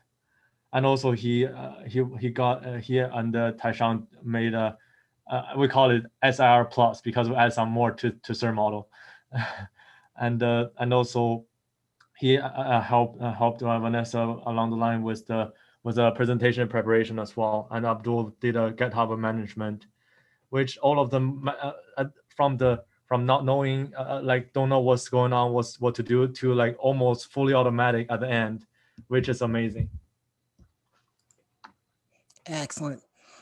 Thank you. Sorry, another thing is, if I think this, as you can see, it almost look like academic presentations. So what I'm saying is, Callie, Rosalia, wink, wink. If you are curious about interest on some research project, hit us up. And that's actually a good point. That all of these projects, actually, one of the judging points is also if the project has legs, so to speak. In other words, if it can have a life outside of this hackathon, and oftentimes we find that they do. Having said that, we want to go ahead and move forward. Welcome everyone back from the break here. We have just a few more teams remaining for the night, and our teams are doing some amazing jobs. We do want to, of course, remind the teams to monitor your time, please. But pushing forward, we have up next our fraud finders, the fraud finders. Looks like Fred just stepped away from his video. I don't see him in his video, but I saw him like peek and come back out. There he is. There's Fred. Fred, what happened, man? We've been waiting for you for like 30 seconds. I don't know.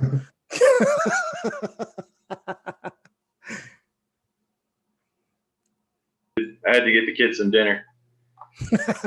All right.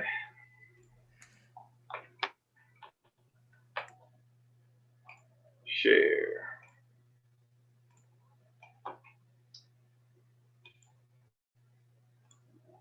Oh, sneak preview there. Okay.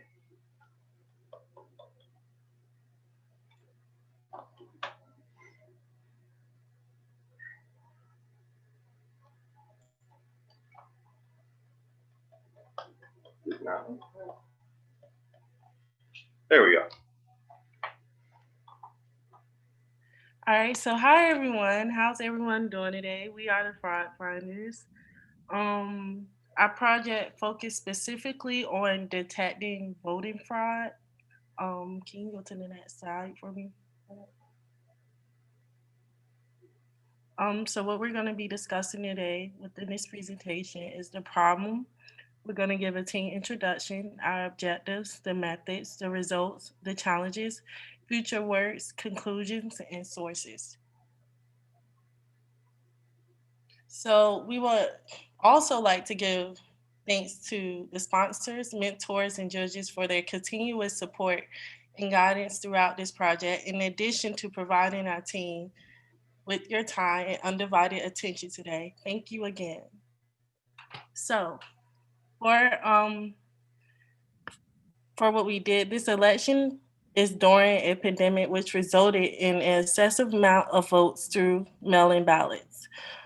This particular topic was chosen because of this year's election based on questionable evidence of voter fraud. The numbers of voters exceeded 100% in some states/counties. Voter fraud is rare but real. Blatant misinformation regarding voter fraud in 2020 election from both sides, and the election was closed and is being contested.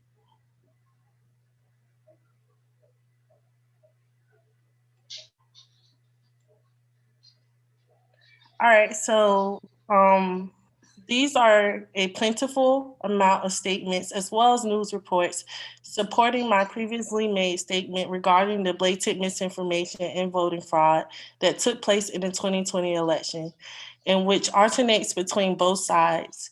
For example, one article states that Judicial Watch Studies finds 353 U.S. counties in 29 states with voter registration rates exceeding 100%, whereas the other one states that voting fraud of any kind is exceedingly rare in the U.S. election, experts confirm. So this alone raises contradictory discussed in the topic.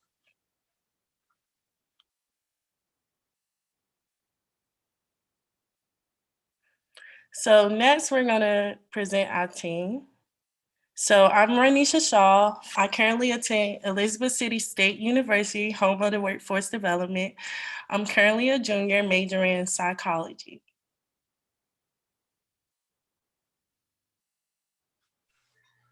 Hi, I'm Frederick Morris. I'm a chemistry senior at UT Austin. In my lab, I'm hoping to go in the computer science field, maybe eventually pursue computational chemistry. Hi, everyone. My name is Cole McKnight. I graduated from Clemson University in May 2019 with a degree in computer science, and I continue to work with Clemson with the genetics lab doing computational genomics, and I also work with Omnibond as a software engineer. I'd like to thank everyone for having me, especially everyone at HPC in the city. It's my first time being a mentor, and it's been a great time.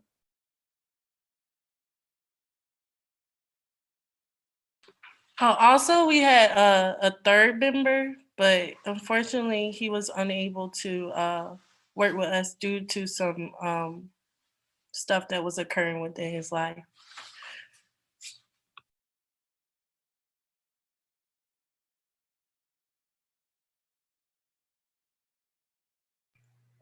So for our objectives, we set out to analyze registration ballot data for 2020 to find evidence supporting or debunking claims of voter fraud, to compare results with data from previous elections, to create Slurm batch jobs, to query websites and get HTML output, and to clean the HTML output and organize it into a data frame. We want to do this for Georgia. The information wasn't easy to come by. Cole ended up finding the information from Pennsylvania very easy to get, and he got that, and we began with it. Our methods. Let's see. All right, so for our data set, we decided to do Pennsylvania full voter export. Included in that data set were names, and then the active and inactive status, the voting history, the date of birth, the county, the address and registration date, and more.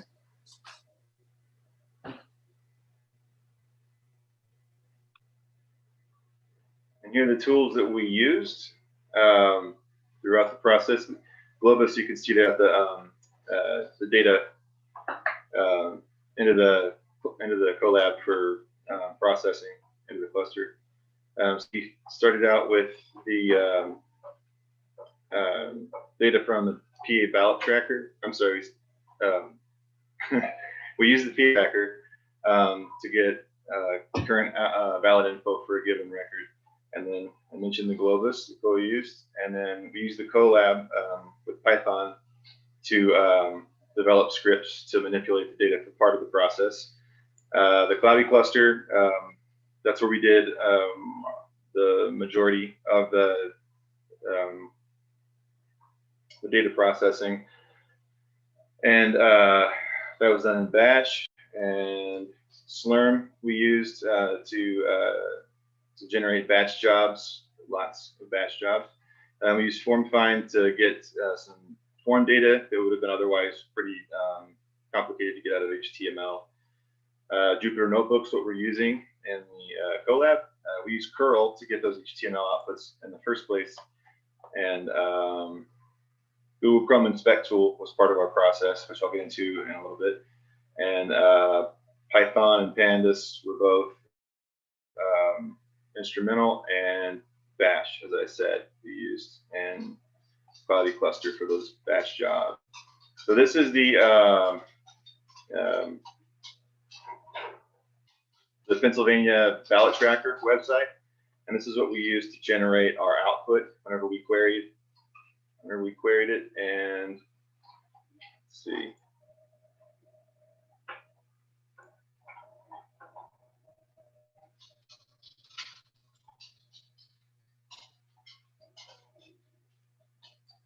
Got menus in the way.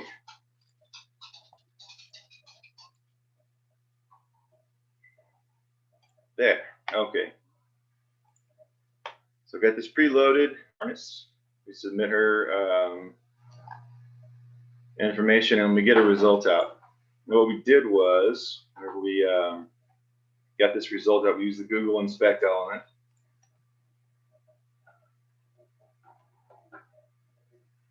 And if you run through the inspect element, you can wind up finding where the parts of the script are. You just follow the highlights pretty much. And you can also do it by the logic of the statements, of course. So within the form, there we go. It still got us going. So here we go.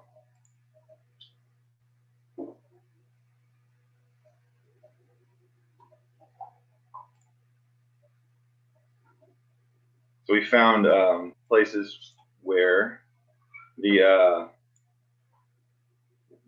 placeholder was something that we could replace and manipulate. So whenever we pulled the ballot data in, that was what we chose to replace with a variable and replace with what we needed to put into the script. Okay.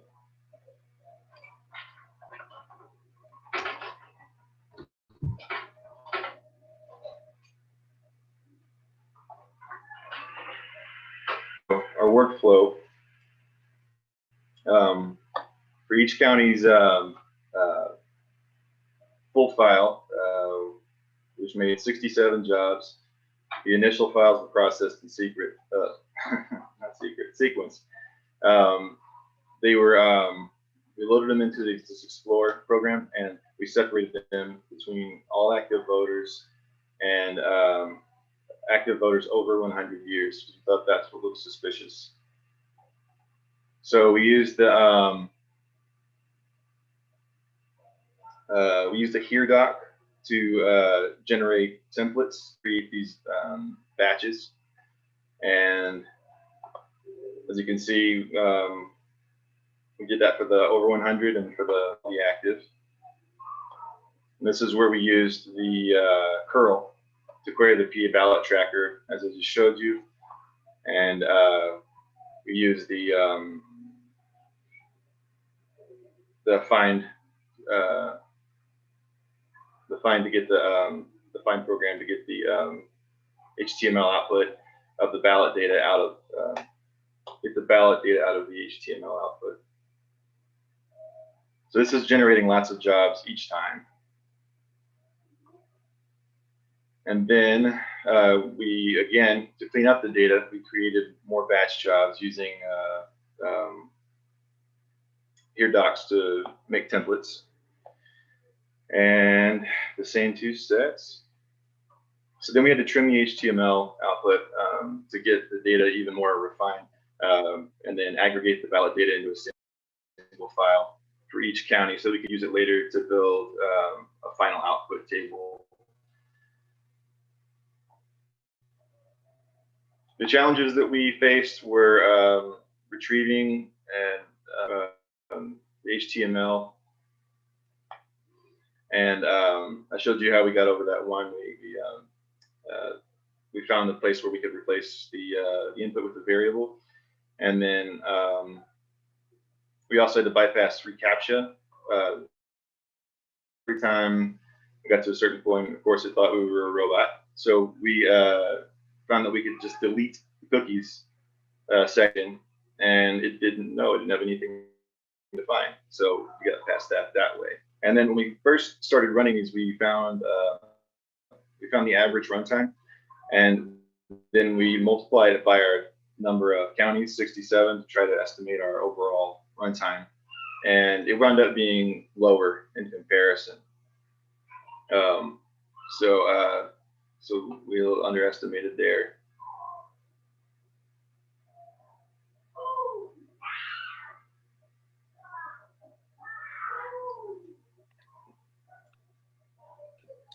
So results. So we found 9,117,518 LVE records, 67 county LVE data sets, 352 batch jobs, 8,293,578 queries to PA ballot tracker, 134 final output ballot data tables.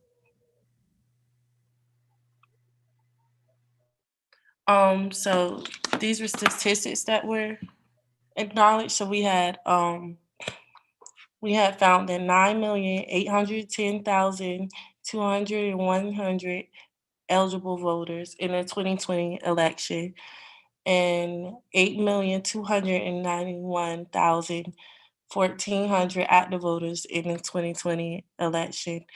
And the registration rate was 85%. And active voters under 100 years old, there were 2,564. And mailing ballots under 100 years old, there were 967. Accepted mailing ballots and votes under 100 years old, there were 814. And as far as the other two, they were still in progress.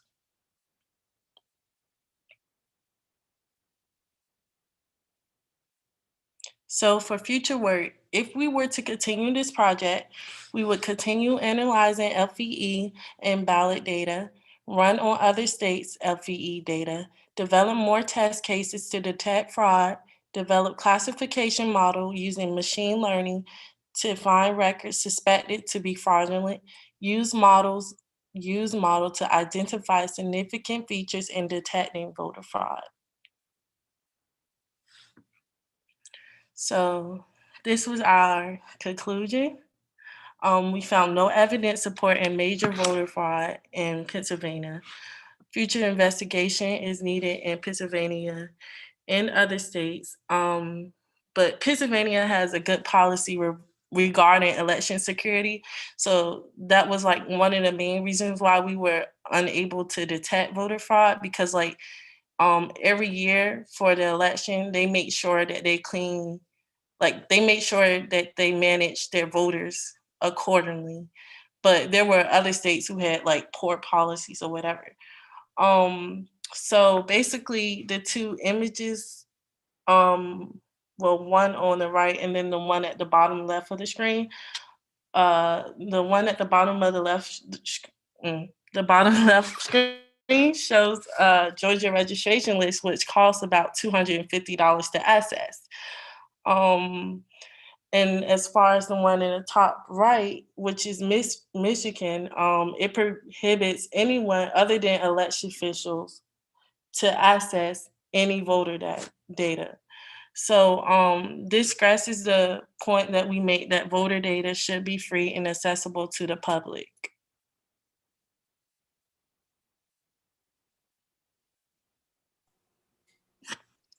So any questions or anything? So I want to put out there that your team did an amazing job and was very careful and conscientious with the way you approach this. So the team started last Thursday. As everyone on this call knows, last Thursday we were in a very gray area. And this team had to be very careful of what they did. And I just want to say, from the organizing standpoint, I really appreciate the way you all were aware of that and how you tackled the problem abstractly, as opposed to adding a spin onto it. So I really do appreciate that. Thank you.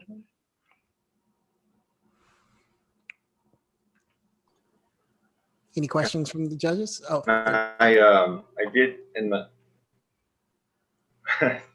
in my haste earlier, because of the nerves, I didn't give a representation of our notebooks and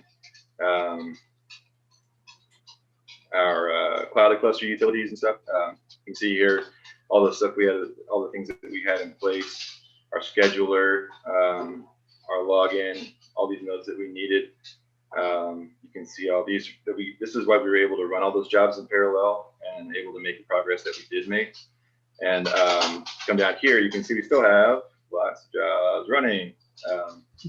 So even though this was really the more efficient way, it still takes a long time. So you could use that to judge later how to allocate your resources depending on what you're working with your original data set.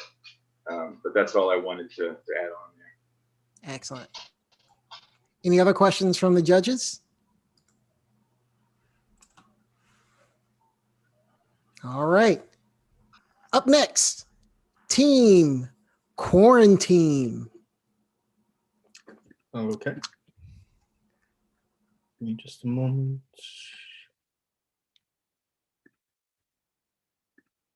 And present.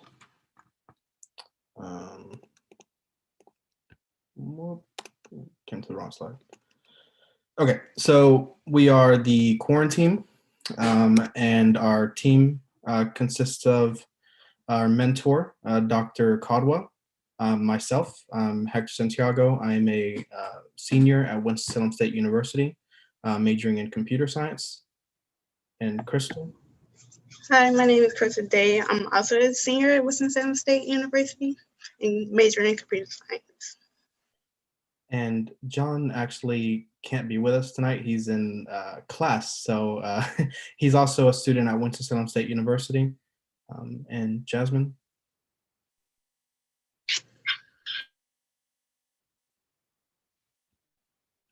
In computer science major. Thank you.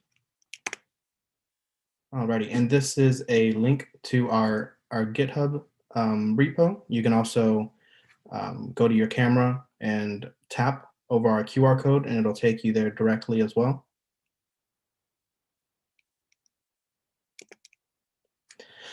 All right, and so our original goal for this project was to develop a tool that uses predictive analytics to provide insights on the impact of COVID-19 in Fulton County, Georgia, as well as Georgia as a whole. So we wanted to incorporate linear regression into our tool, and our data sets that we used were some raw CSV files from the New York Times GitHub repo. And a little bit about what we learned. We learned how to work with Google Cloud and Google Colab. We learned how to work with a Cloudy Cluster instance. We learned how to create a Python Flask application that works server side. Learned how to use and develop a linear regression model.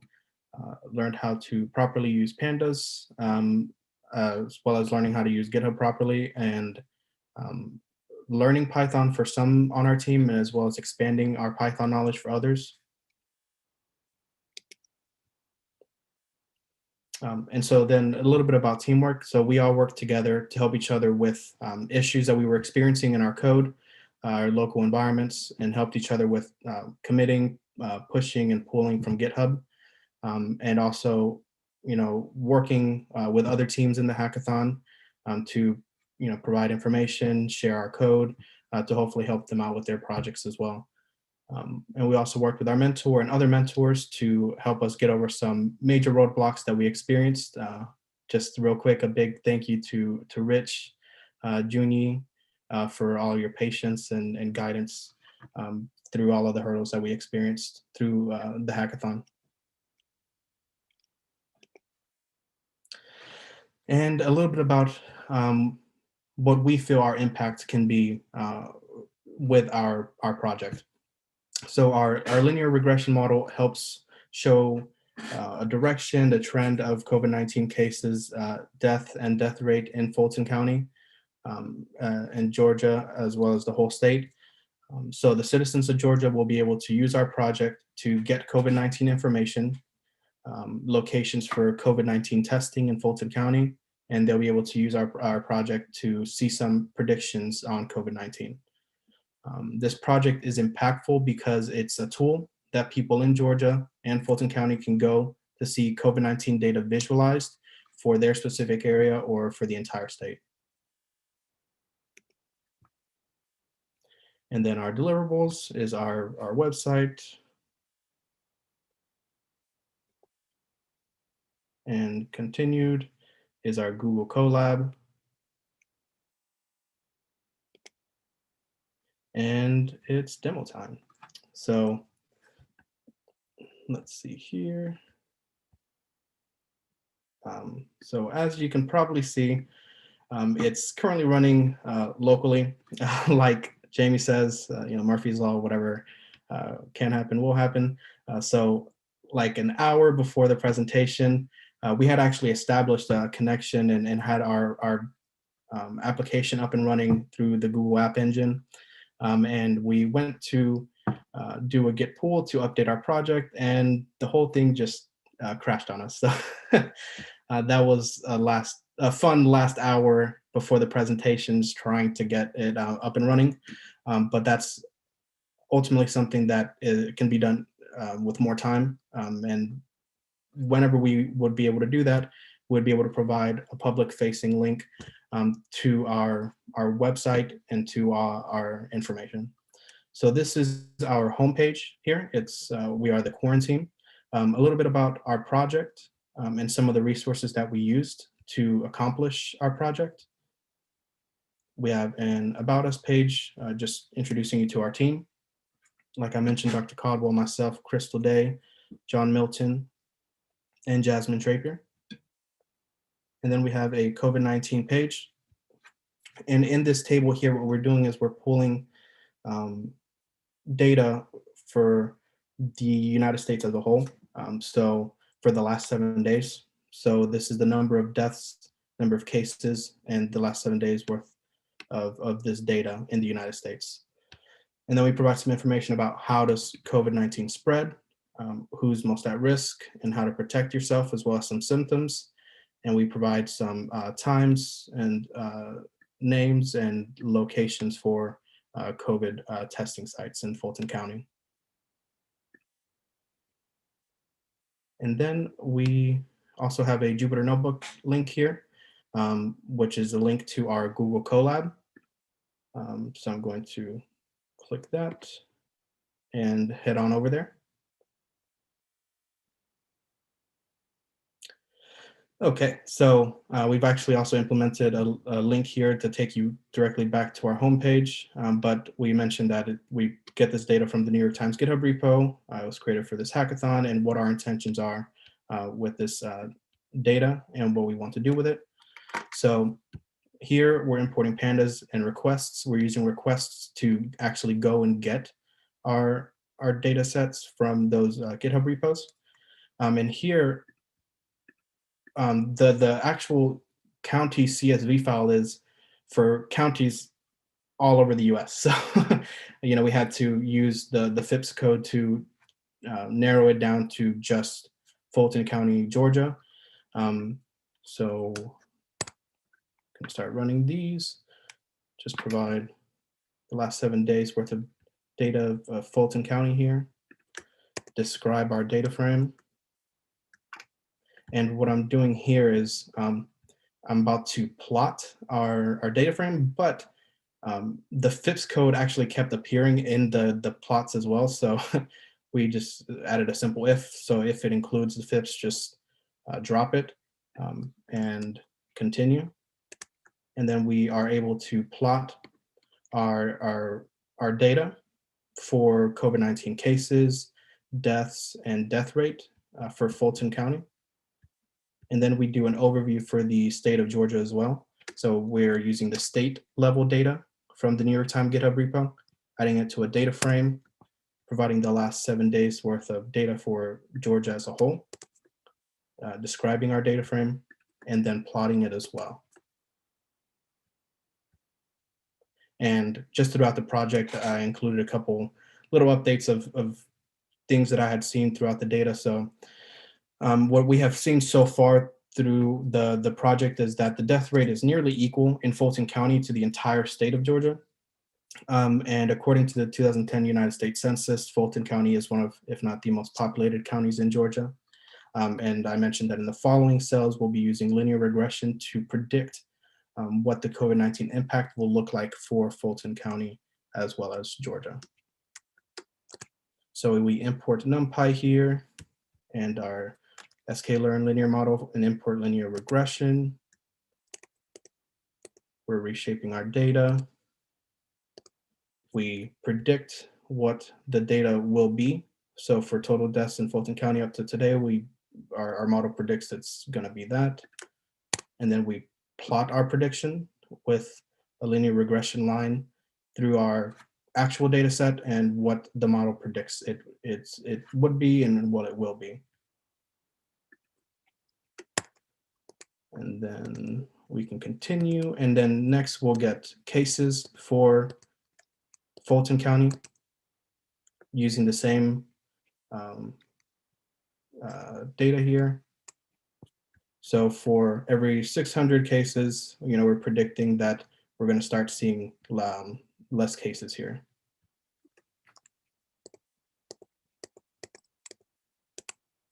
And then we're going to do a linear regression for the COVID-19 death rate. So as we can see, the death rate spiked up there for a good bit, and then it's starting to go on down, and our model's predicting it to continue to go down. So I actually make a comment in my next update as well, just talking about what that looks like for people in Fulton County. And then now we're actually doing a linear regression for the entire state of Georgia as well. So we can see that's actually pretty accurate. So obviously the cases are continuing to rise in Georgia as a whole. And we'll take a look at the deaths as well, or for cases, I'm sorry. And then for the death rate in Georgia as well, let's see. So we can see it's also going down. So that's a good sign. As I mentioned here, our linear regression model has shown us or predicted that cases should continue to rise in Fulton County in Georgia. The total deaths should continue to rise, but the death rate is currently dropping. So cases and deaths rising is troubling, but the rate of death from COVID-19 seems to be decreasing due to more testing and non-fatal cases. So the decline in the death rate is a good thing, and hopefully is a good sign for Georgians. And that is our project. Great job. So I'm not going to kid you. I started seeing the numbers for the predicted death rates and started getting antsy. You kind of forget how bad it is. So, wow.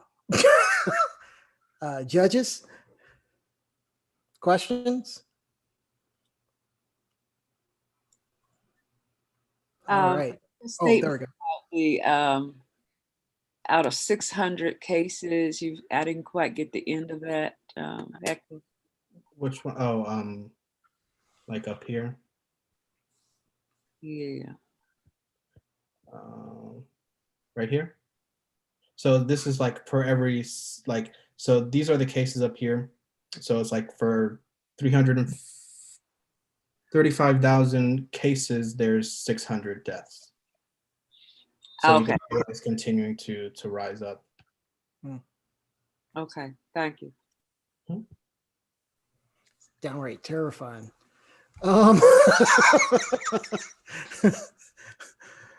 Whew. Okay, so Thank you. Are there any other questions? All right. I do want to ask, I know that you initially did a linear analysis and you were going to adjust over to doing an exponential based regression. What happened there?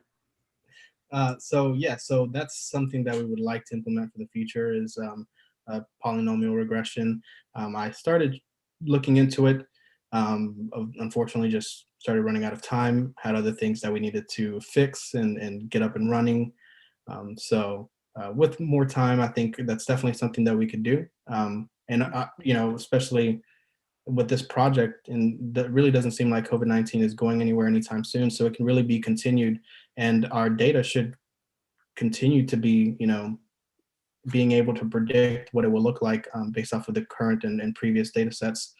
So as long as we can get it up on the Google Cloud and make it shareable and to the people in Atlanta and Georgia as a whole, I think it could be beneficial for them. Excellent. A quick comments. I think if you want to do the exponential, as Jamie said, it will be a good idea for the death rate because it cannot go to negative. So the exponential is a common practice just to do the logarithm and then do a linear fit. Like do log on one side and then do a linear fit, and it can be done relatively easily. Cool, thank you.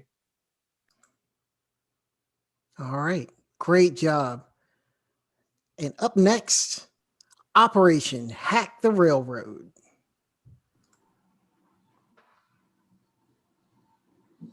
Can you see the screen?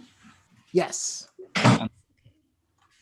So we'll keep our presentation short and sweet to stay under the 5-minute time constraint. We are Operation Hack the Railroad. Our mission is to create a web application to educate law enforcement agents, social workers, and parents about human trafficking and identify high-risk areas around Atlanta and end human trafficking.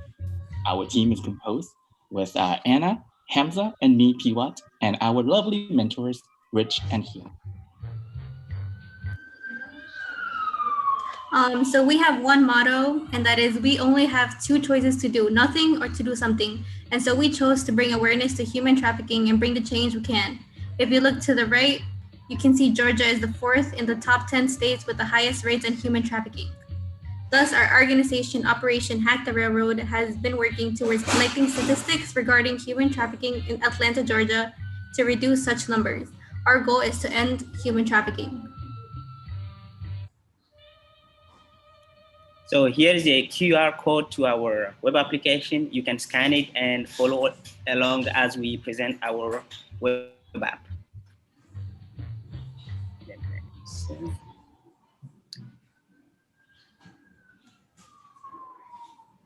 So this is a video recording of our web application. On the front page, we have 2 options where the user can alert 911 or submit a form that tells us whether there is a case of human trafficking or not. And we also have a few information about numbers of human trafficking cases in Atlanta.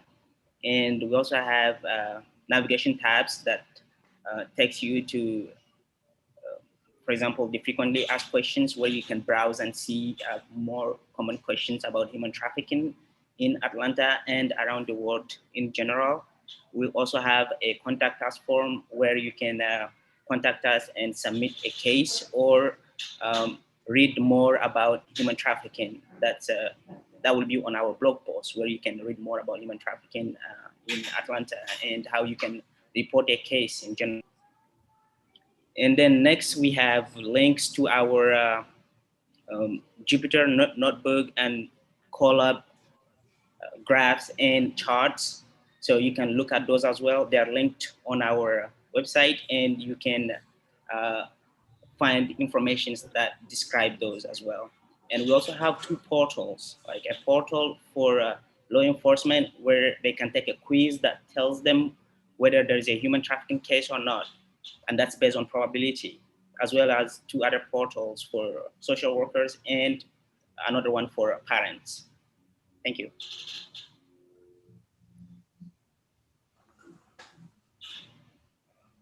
Excellent. So I just want to say thank you. Oh, Thank we're you not for- done yet. No, Sorry. we're not done. Yeah. Oh, sorry. You said thank you. Yeah, that's it. Thumbs up. You're muted. Yep. And then next, these are some of the challenges we have encountered when we started the project. We had a hard time finding solid data from the CG, CC, and DOG. And we also lost our source code on day 2. So we had to redo the code again. And we had to learn how to use Python, Jupyter, and Cloudy Cluster, and Node.js in 2 days. And also had a little bit of difficulty integrating our FBI crime data API into our web application. So with a lot of challenges come with learning opportunities and greater impact that we can make in the community of Atlanta. We have used a lot of the HPC resources such as Jupyter Notebook and Google Colab platform, and as well as learning Python 3 and Node.js. We also learn a couple of soft skills, such as working as a team virtually, remotely, and our presentation skills. Our impact to the Atlanta area would be that we create a visualization for different crime area in Atlanta and its vicinity. We also have collection of statistics and resources to educate different type of users in this community. As you may see on the left, we have our first design of our project made in a Zoom whiteboard. As time went on, we upgraded to lucid charts. Finally, our design became a real-life application. And with the help of Jupyter Notebook, we were able to make our statistics and graphs according to cities and a heat map with statistics according to counties in Georgia. Some future plans we have are using SQL database to collect survey information to allow more user input. In the future, we hope to be able to upload our heat map and graphs directly into the web page. Along with that, we want to make both the heat map and graphs interactive. Lastly, we would like to make this project not only Georgia-based, but nationwide and one day worldwide. Thank you very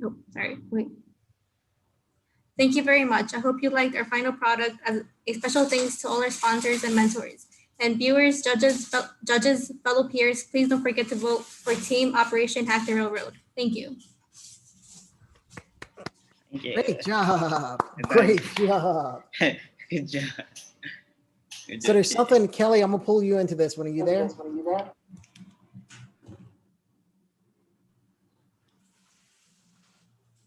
Oh, I think she's looking for unmute.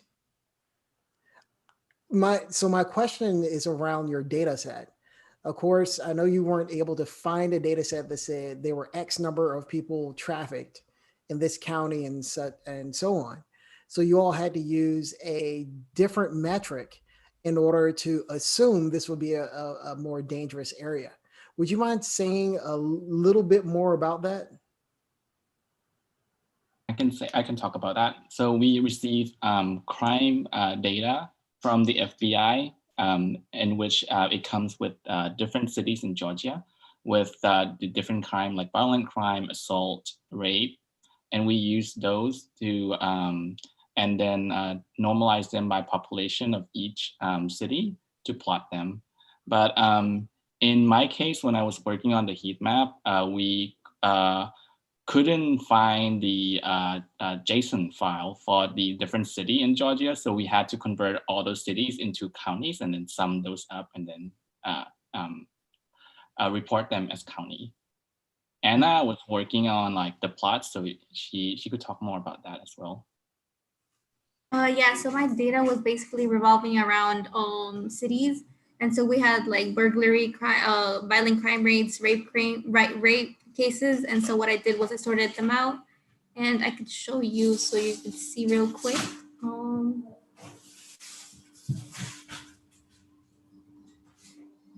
So as you can see, this is the top, these are the least cities with violent crime. And so I did this for almost everyone for rape and burglary. Wow. Yes. Wow. Thank you very much. If I could mention, Jamie, so the data availability kind of falls on me because the mentor, I came in and I pitched this idea, which I came up with the day of us having to bring the idea. I volunteer with Operation Underground Railroad in my personal time, which I don't have much of, but it's something that's kind of near and dear to my heart because of well, I have 3 daughters and a son, but my view is that human trafficking is probably one of the most evil and terrible crimes that is currently plaguing society, and America is one of the worst in terms of trafficking. And so given that I came in, I pitched the idea to the other mentors and the support team for the hackathon, and they were like, wow, that's a great idea. Do you have any data yet? And I was like, not yet. So if I didn't already have an FBI jacket on file, I do now, because I called everybody in DC the week of an election asking about getting my hands on as much human trafficking data as they could possibly get. And I will tell you, I got 2 emails tonight, just as this meeting was kicking off, saying, hey, sorry we couldn't get anything to you. We really don't have very good information. And it really comes back to that a lot of the majority of, it's not like the movie Taken with Liam Neeson, where he will find you and he will, what actually happens a lot, which is just horrible, is that the majority of people who are trafficked by relatives, family members, or close family friends. And if they are rescued, they are very reluctant to testify against those people or even report the crime. So there's just a big, giant gaping hole in the law enforcement community in understanding, what led to the situation, what could have been done to prevent it, what kinds of controls that the traffickers held over these people. So I don't want to belabor that, but I just want you to know that both the CJCC, which is a nationwide, every big city and capital city in the United States has a CJCC, criminal justice committee. And then also the Department of Justice emailed me this afternoon saying, sorry, we couldn't get anything together for you. So I just, I don't want to get my team's head too big, but thanks guys for being such a great team. And thanks to everybody for being such a supportive part of this hackathon. Excellent. Thanks, Rich. And yeah, I would like to add something. So this unavailability of data has pushed our team to think of a way we could collect data for future use. So that's why we have decided that in the future, we're going to have a forum. Like after a person takes this quiz that determines whether there is a probability of human trafficking case, if that probability is above 40%, we would have a form pop up which would ask more details about the situation in which the person is. And based on that, we would save that information in a database and use that data to predict more correctly in the future. Then we would team up with Team Vision as those social workers and or police officers encounter people, they're able to take a picture to use facial recognition and help identify those people against missing persons cases. And so it's a big problem. And if you don't know much about it, please educate yourself. Very cool. Thank you all so much. So now it is time for our final team of the night. Thank you for being with us while we've gone through this. And our final team of the night is Team Humble. Team Humble, you have the floor.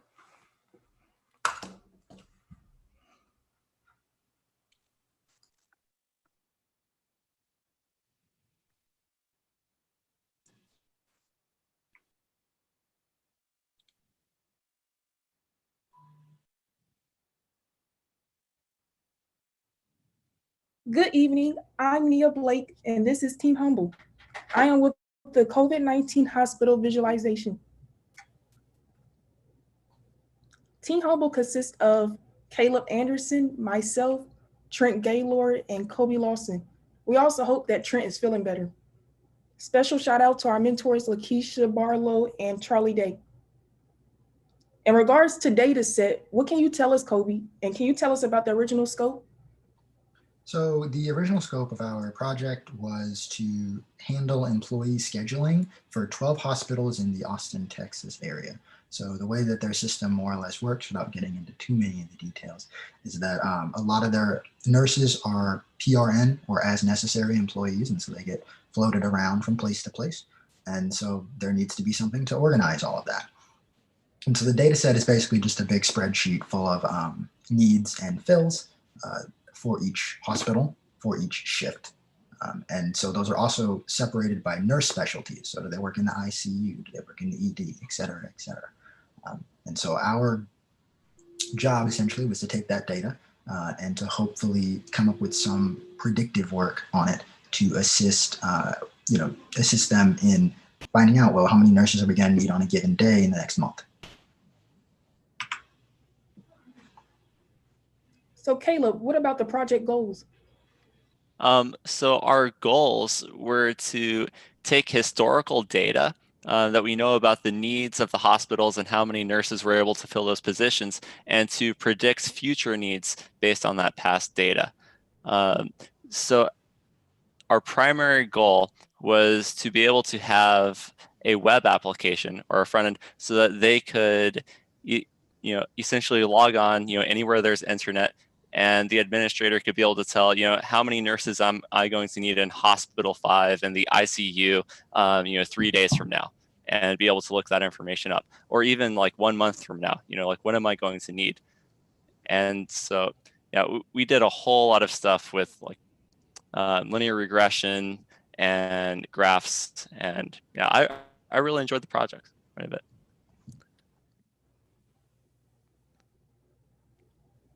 So now for project software, Kobe, what apps were used and what technologies were used?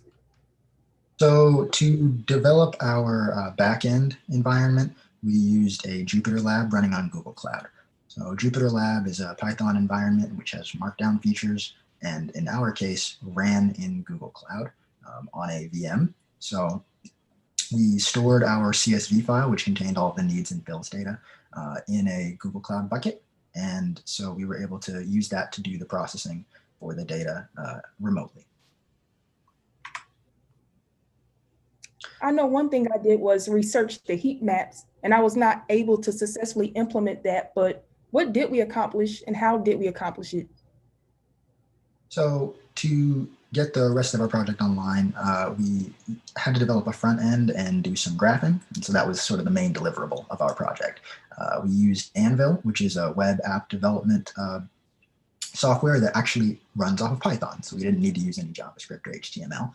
And we were able to use it to uplink to our Jupyter Lab notebook that's running on that Google Cloud VM, and basically communicate with it to operate the website. And so to do that, for our graphs, we use Plotly, which is just a light graphing software that is also a Python library.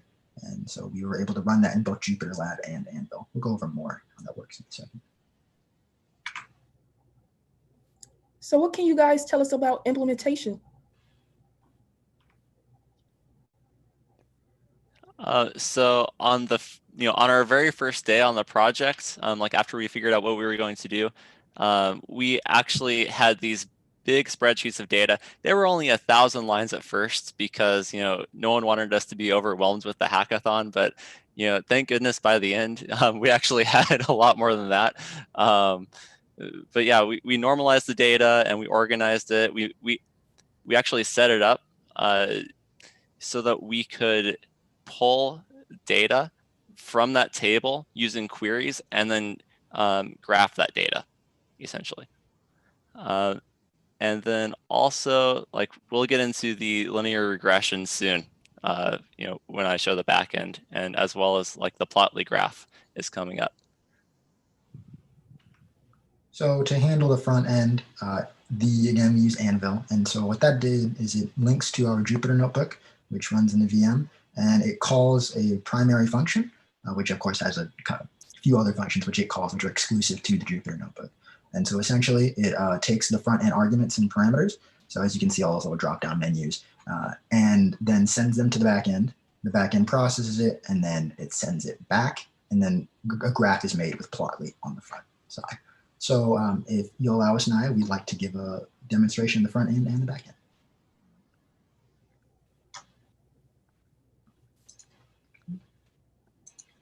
So as you can see here, this is the website. So suppose that I wanted to find the needs and fills for every hospital for their emergency department on shift A. So shift A is I think 7 a.m. to 7 p.m.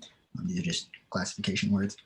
Also, the hospital numbers, as you can see, are scrubbed out for legal reasons, but they are representative of actual hospitals. And so yeah, we'll go ahead and click shift A, and let's do New Year's. So how many nurses are they going to need on New Year's? And we'll use 12 days back as sort of our modeling amount.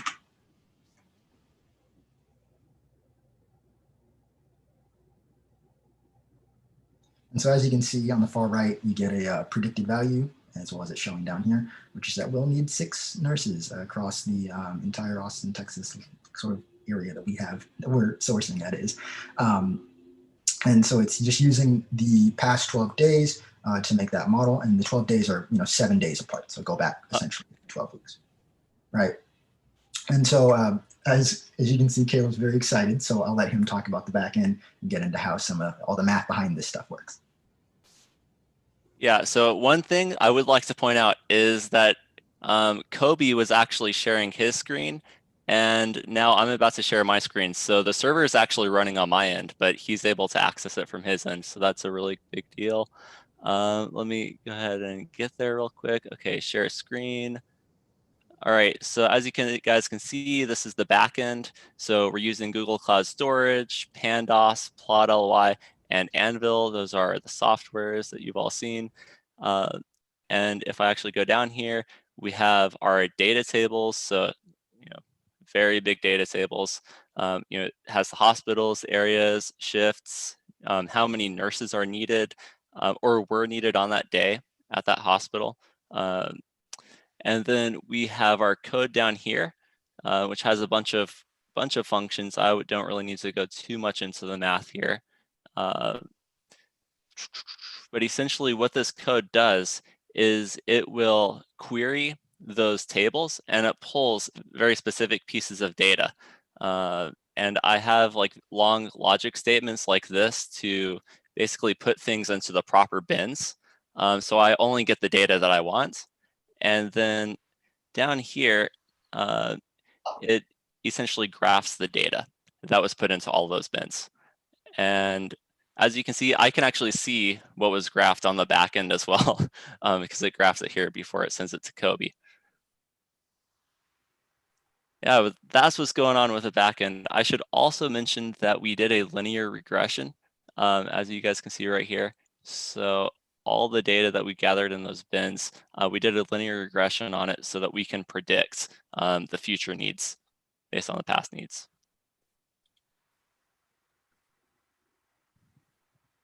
And Naya, I believe we're passing it back to you.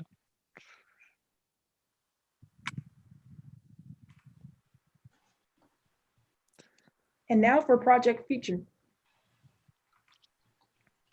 So the impact of our project is that hopefully the predictions will help to better forecast our needs, the hospital's needs based on the site or specialty. While this was conducted in Austin, Texas, we have word from our mentor that the hospital system in Atlanta is very similar. So if we were to get a data set from them, we could execute this same process and give them those same predictions. And now for future plans. Although we were not able to successfully implement the heat map, this could be accomplished in the future. Could you tell us more on what else will be accomplished? So 2 things I think that we had in mind, but unfortunately just due to time constraints couldn't get done, is just refining the UI a little bit more. And then also there was need of a messaging system to also streamline some of this care coordination and employee management. But again, just due to time constraints, we weren't able to do that. But it was something, those are two things we definitely like to look into in the future. And for our credits and resources, please visit our GitHub. This has been an amazing event, and I really appreciate everything. Special thanks to our mentors, Lakeisha Barlow and Charlie Day. Jamie Powell, you have been outstanding, and I needed your energy to keep me going throughout this whole thing. Thanks for breaking the task down for us to better understand as students. And also, thank you, Gary Brantley. And lastly, special thanks to the sponsors, Cloudy Cluster, Intel, Omnibond, TAC, Globus, and SGCI. This would not have been possible if it wasn't for you guys. And remember, if we win a prize or not, we all need to be humble. Thank you, and good night. Great job. Great job, you all. So I would be remiss if I didn't say that I truly love the fact that it was almost a interview style presentation. We give presentations all the time, and a lot of times it's just like I'm sitting here now, I'm talking to you, but to have that interaction between you all makes it so much more engaging. And so thank you so much.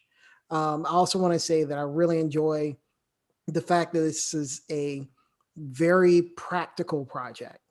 It's a problem that the hospitals are having. You were able to use some of their data to create a system that could truly help them, especially in these times where the hospitals are getting overloaded.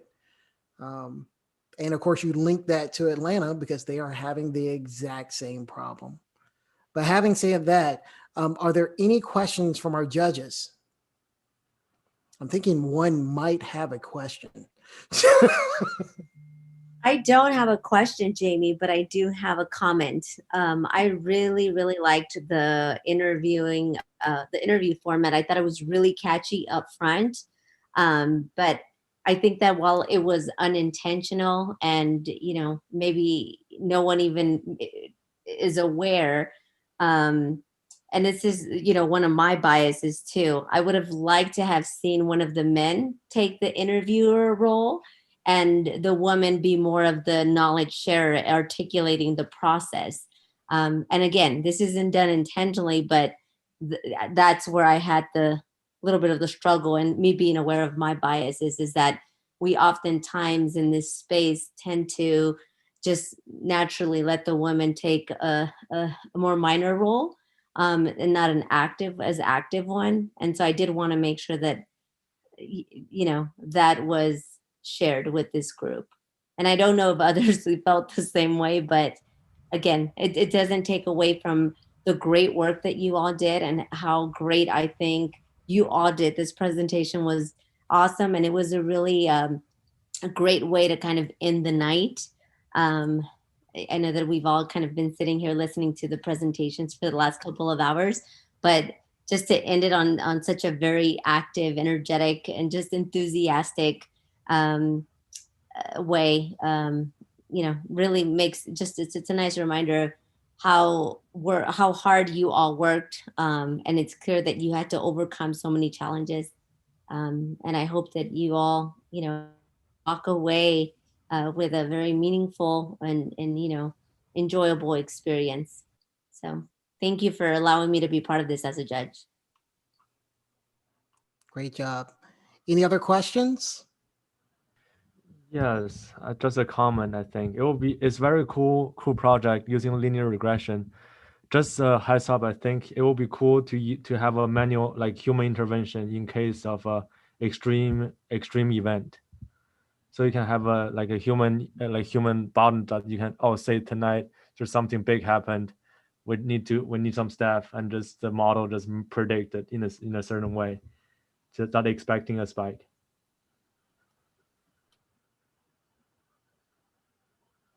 Excellent. All right. So if there are, that's someone going to ask a question? Okay. All right. So I know we have many guests here. That ends the presentation section of tonight. What we're going to do We're going to take a 10-minute break. Unfortunately, the judges will not because they're going to go to their secret room and they are going to deliberate on the awards. The awards will, of course, be posted online. If you'd like to stay with us, by all means do. I'm sure the students want to stay because they want to know who got what, wins and wears is, and that is completely understandable. But beyond that, judges, if you all could please go back to your breakout room, and Dr. Linda Hayden will be assisting you in there. And for everyone else, you've done an amazing job. I am so blown. I'm trying to stay calm. It's like, when you go to look at a new car, you have to stay calm. I have to stay calm and unbiased. You all did an amazing job. So we're going to take 10 minutes. So we'll get started again at 8:05 Central Time. So that's 9:05 Eastern. And we will announce the winners and we'll have our conclusion. So we will see you all in a moment. All right. You send us to our breakout rooms, Jamie. You open that. We need to go to how do we get these breakout rooms? Jamie? He magically makes you disappear. There we Jamie, go. Sorry about that. I was on mute. You magically telecommute. So the judges are still in the room. All you need to do is in the lower right-hand corner where you have the end button. It actually also allows you to return to your breakout room.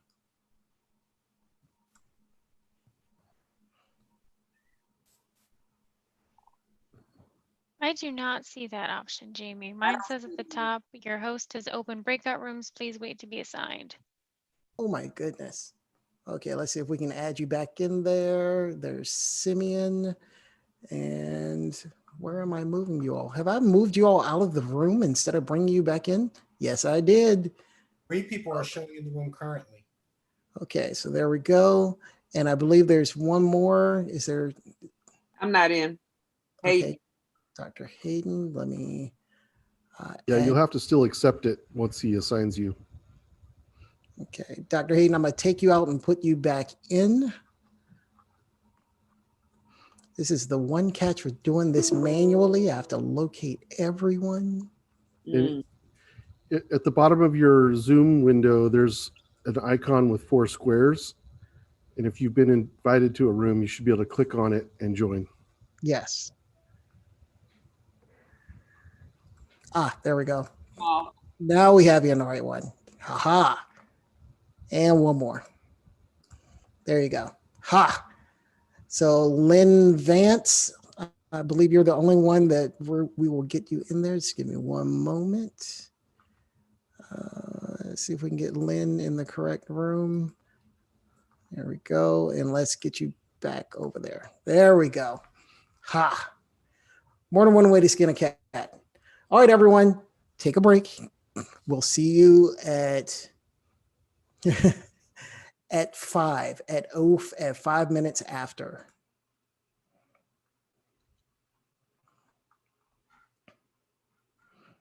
All right, I'm gonna hop in the breakout room and see if they need any assistance.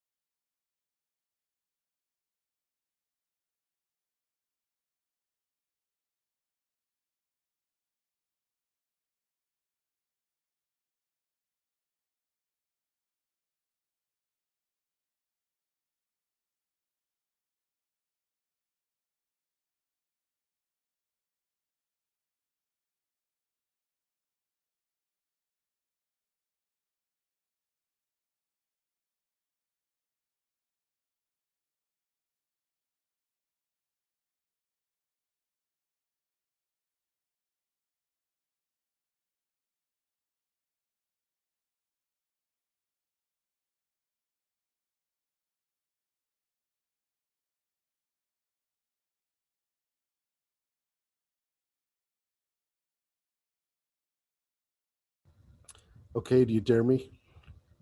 Does anybody dare me? No, I don't dare you. Oh man.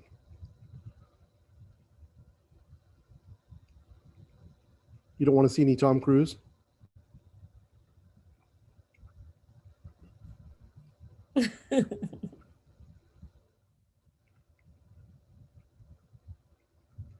on, Jocelyn, you got to dare me. Somebody's got to dare me. Then I can blame you. I dare you, Reg. Ah, yes.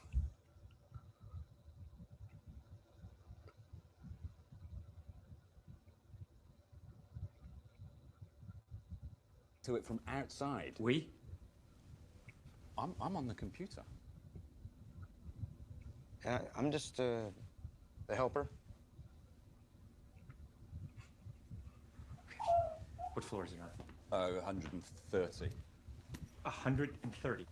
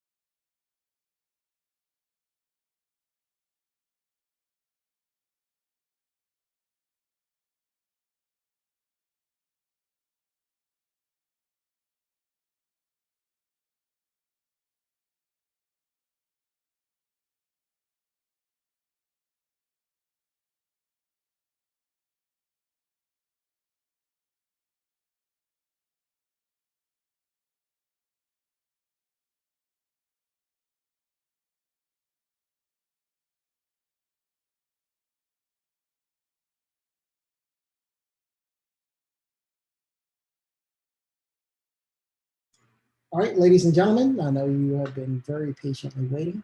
The judges are still deliberating and they have informed me they need a few more minutes. I am assuming they are coming back to me at 8:15 based on what they just said. So apparently you all's projects are hard to pick between, which means y'all have done an amazing job. I hope the fraud finders are ready to run some analysis on tonight's results.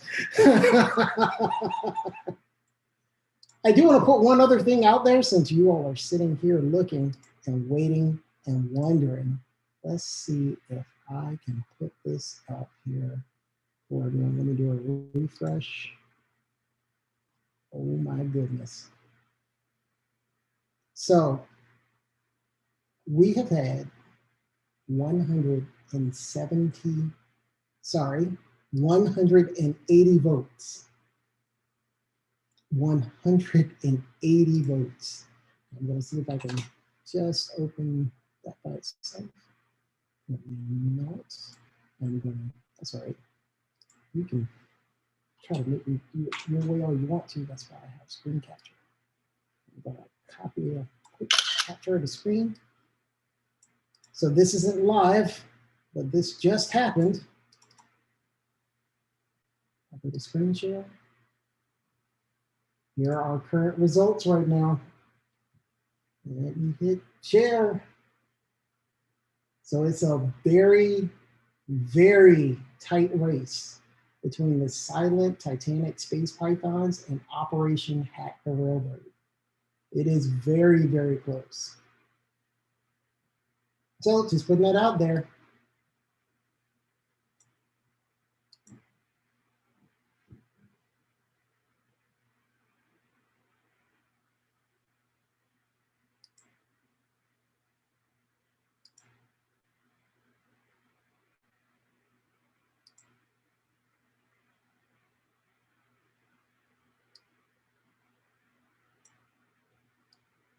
All right. And for the time being, what I'm going to do is put up, let's say we put in a little bit of music while we wait.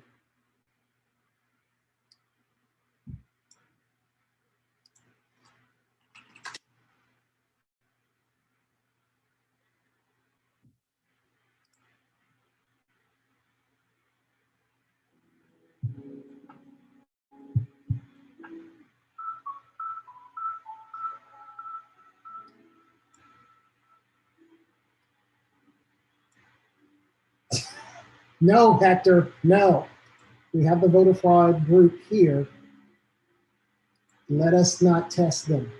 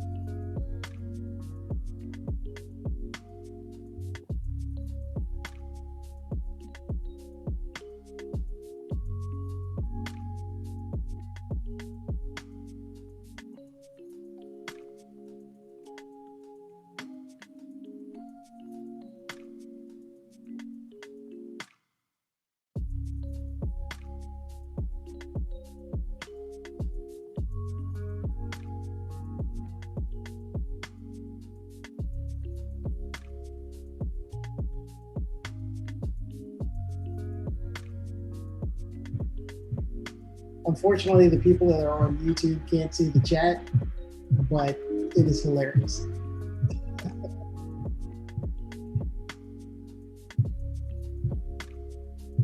I like the remix on the Space Pythons. They changed it to based on the space jazz. And it's the there we go, the Pythonic super spacey Titans.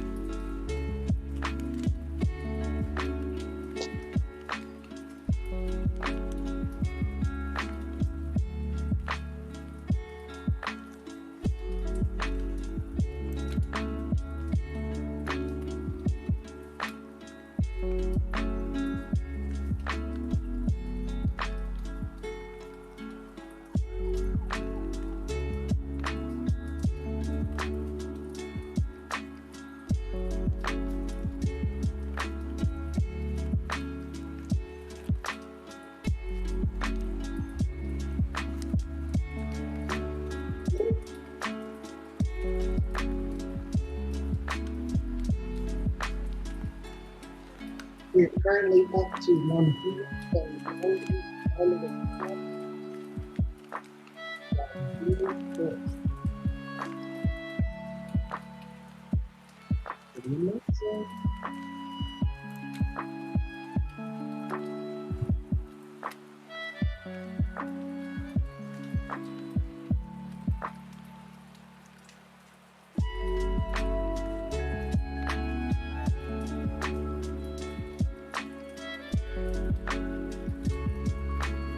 Oh, this is a full warning.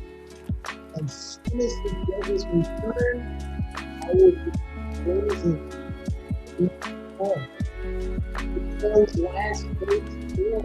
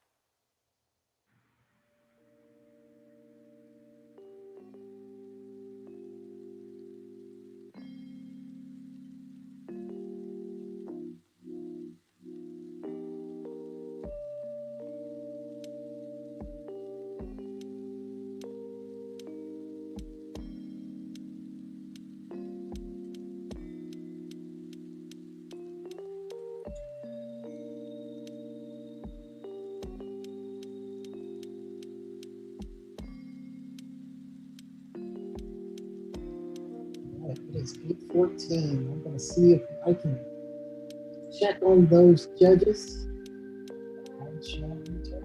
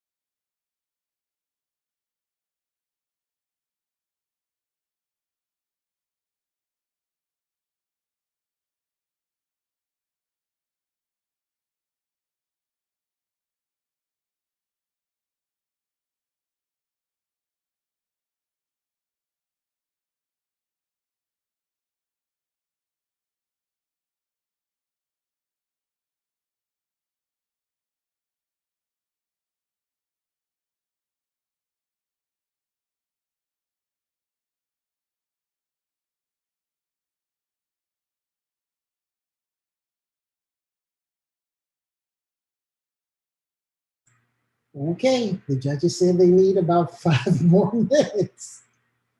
They are comparing notes. So 5 more minutes, 5 more minutes. We'll put it on the clock. Hopefully this time we'll be good to go.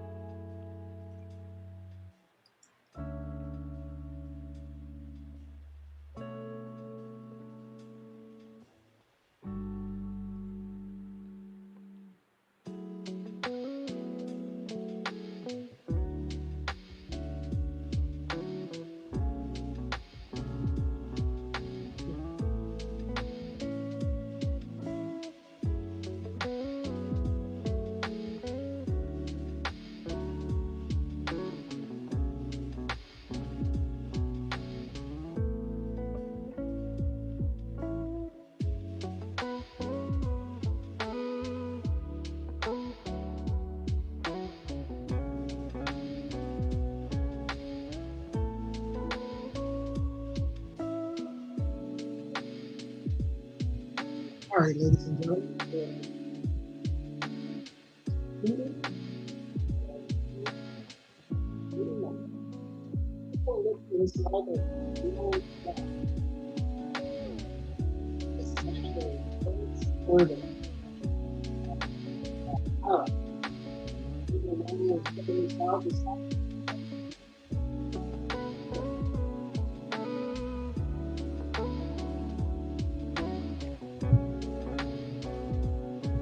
That link is now available inside the general chat. Amy, we cannot hear you.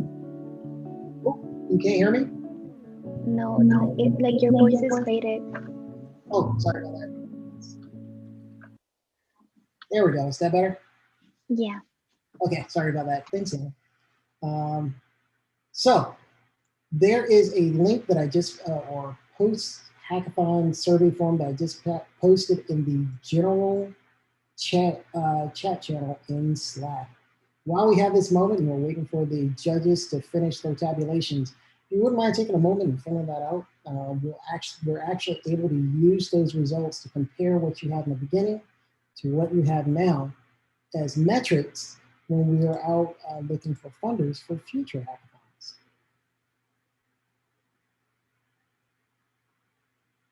All right, and what I'm going to do here, while I have turned the soft, soothing music off, so I'm going to head into the breakout room and see what the current status is. I shall be right back.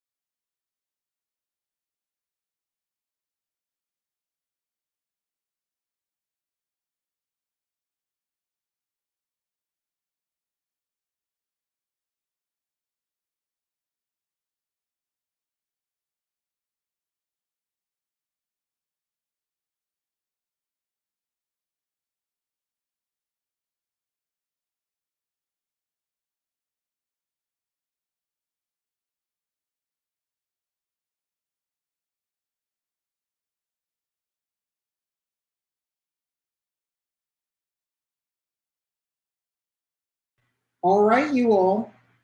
The judges have completed their task. They will be entering this room here shortly to announce the winners.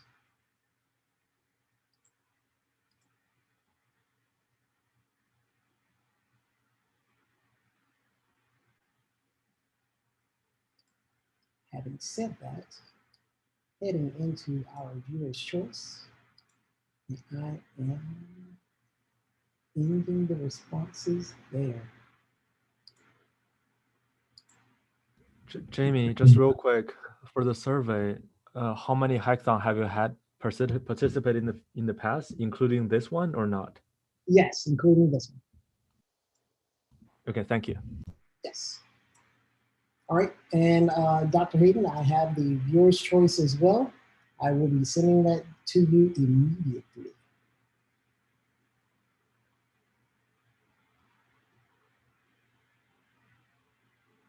And you are, all right, Doc, you are muted. I will hand the floor over to you. Hello, hello, hello, hello. Okay, way to go, way to go, way to go. Excellent job by all the teams. I just want to applaud you for the hard work and dedication to these projects. The judges haven't, however, made a decision on our Judges' Choice Award and on our Impact Award as well. So we're going to start with our Impact Award, and we have the rationale for picking that team, and I'm going to be assisted in this announcement by Rosalie.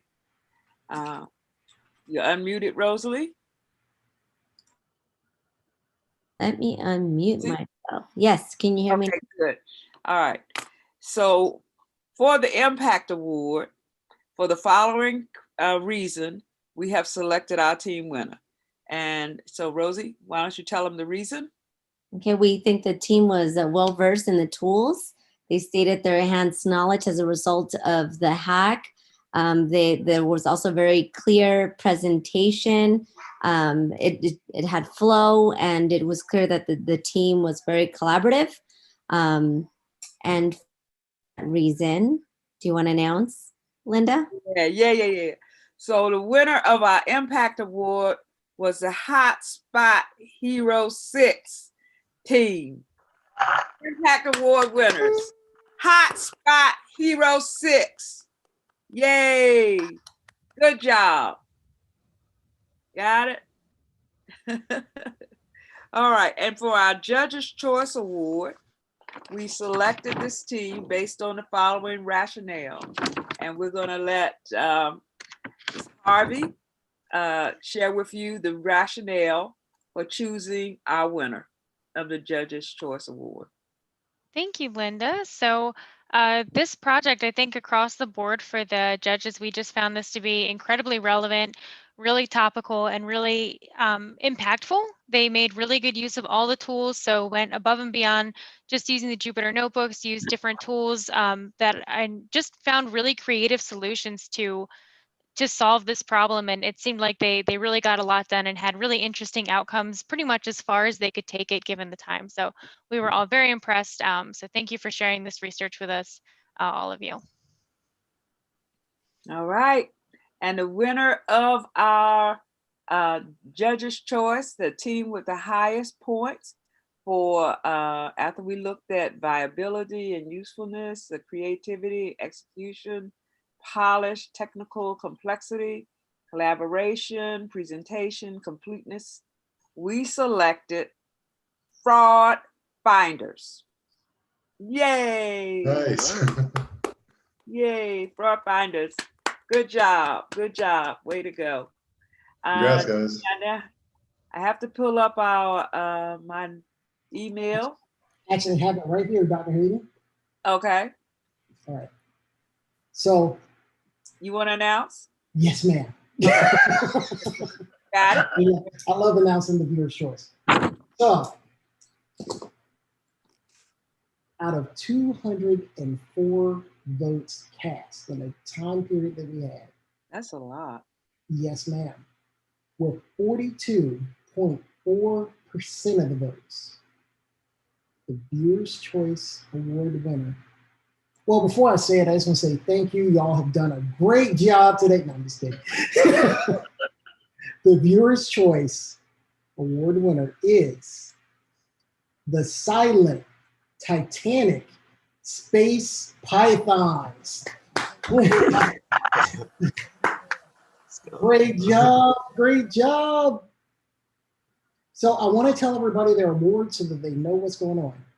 For each student member of the Judge's Choice, which are the Fraud Finders, the Impact Award, which are the Hotspot Hero 6, and the Judge's Choice Impact Award and the Viewer's Choice, which are the Silent Titanic Space Pythons, each student member will be receiving $100 cash each through their PayPal account. You all know the method that you need to send me in order to receive your prize. So I'm not chasing you down. Send it to me. Send me your PayPal email address through our Slack channel. Also, each student member of the Judge's Choice and Impact Awards, the Judge's Choice and Viewer's Choice Awards, which are the Fraud Finders and the Silent Titanic Space Pythons, also receive technical registrations for SC21. Oh. And one more for you. For the Impact Award, for Hotspot Hero 6, and this is thanks to the SC21 committee members. Each student member and team mentor and the helper for the team receive full registrations for SC21. Yay! So we look forward to seeing you all again. I haven't said that. Rich, where's the applause? Boyd, where's the applause? Hit the applause button, Boyd. This is the best I can do.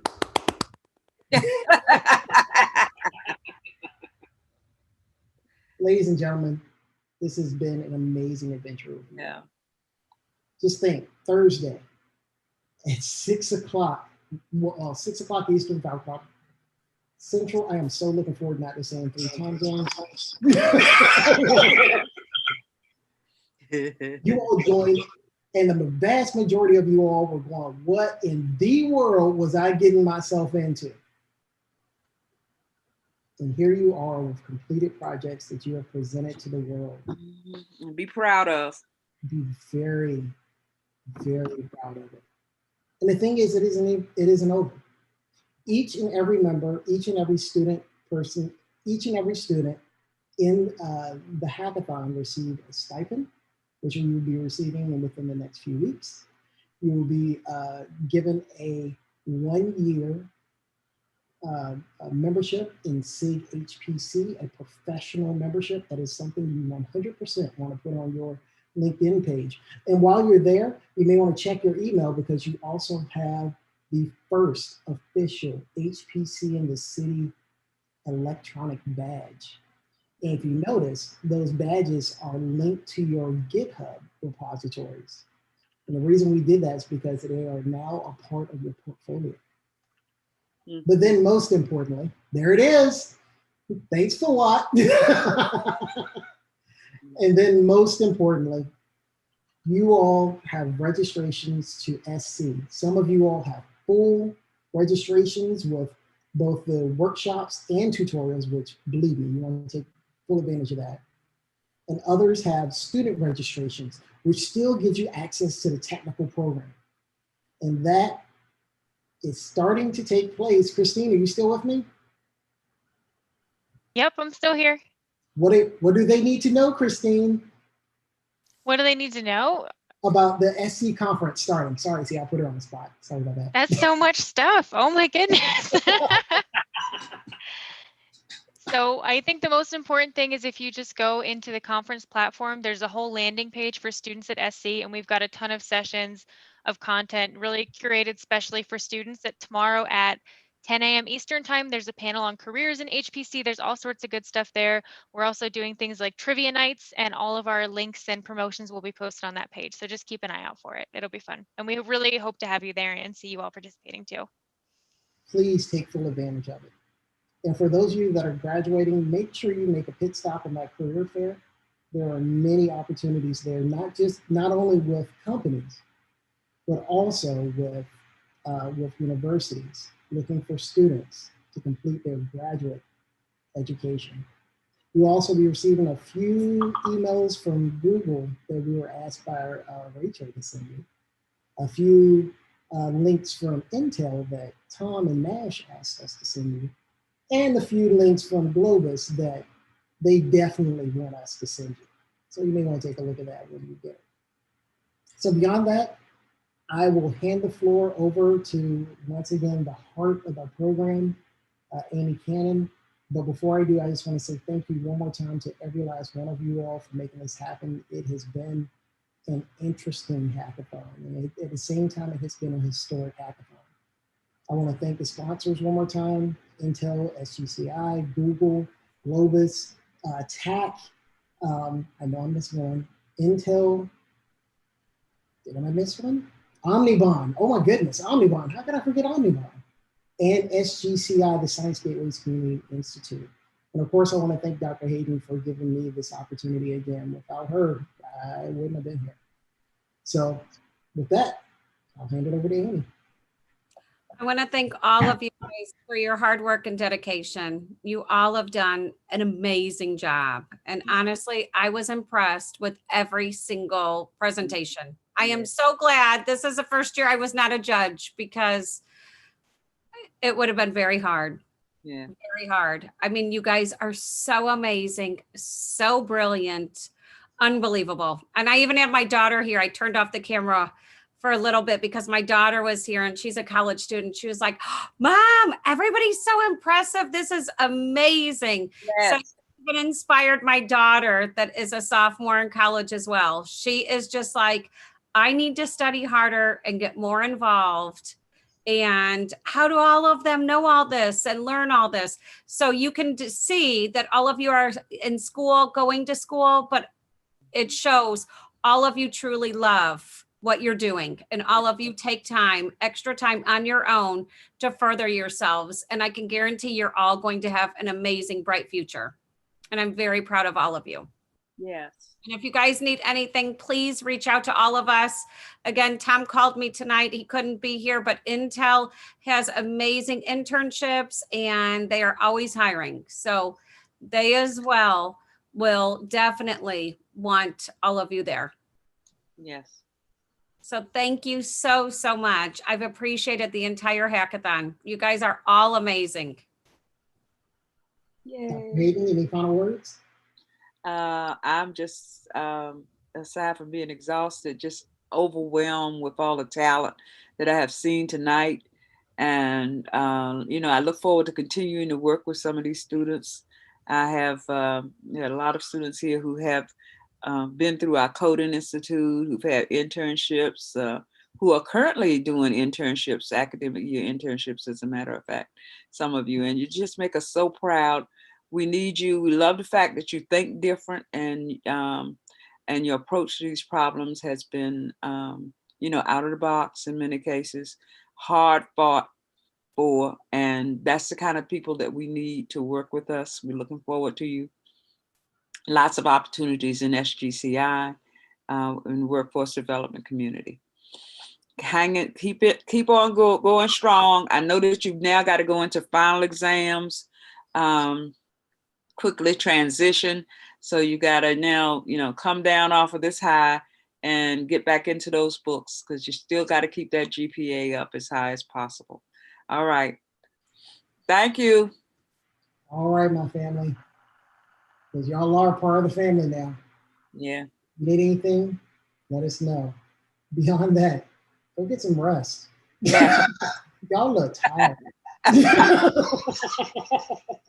Good night, you all. Thank you. Good night. Thank you, everybody. Jamie, are we meeting tomorrow? Doc, I think we need some sleep. We're meeting. I'll take it. Well, I'll be on the road to Mississippi.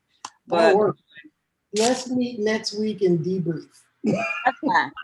That makes good sense. Okay. All right, you all. Take care. Thank you, everybody. Thanks, judges. Thanks, mentors. Thanks, students. You all are a great group of students. No matter what the outcome was, you all are awesome. Amazing. Oh, awesome. Yes. All. Please keep in touch with us. Oh, Thanks, Amy, Sheila. Yes. will you respond back to me, please? I need to know soon. Oh, yes.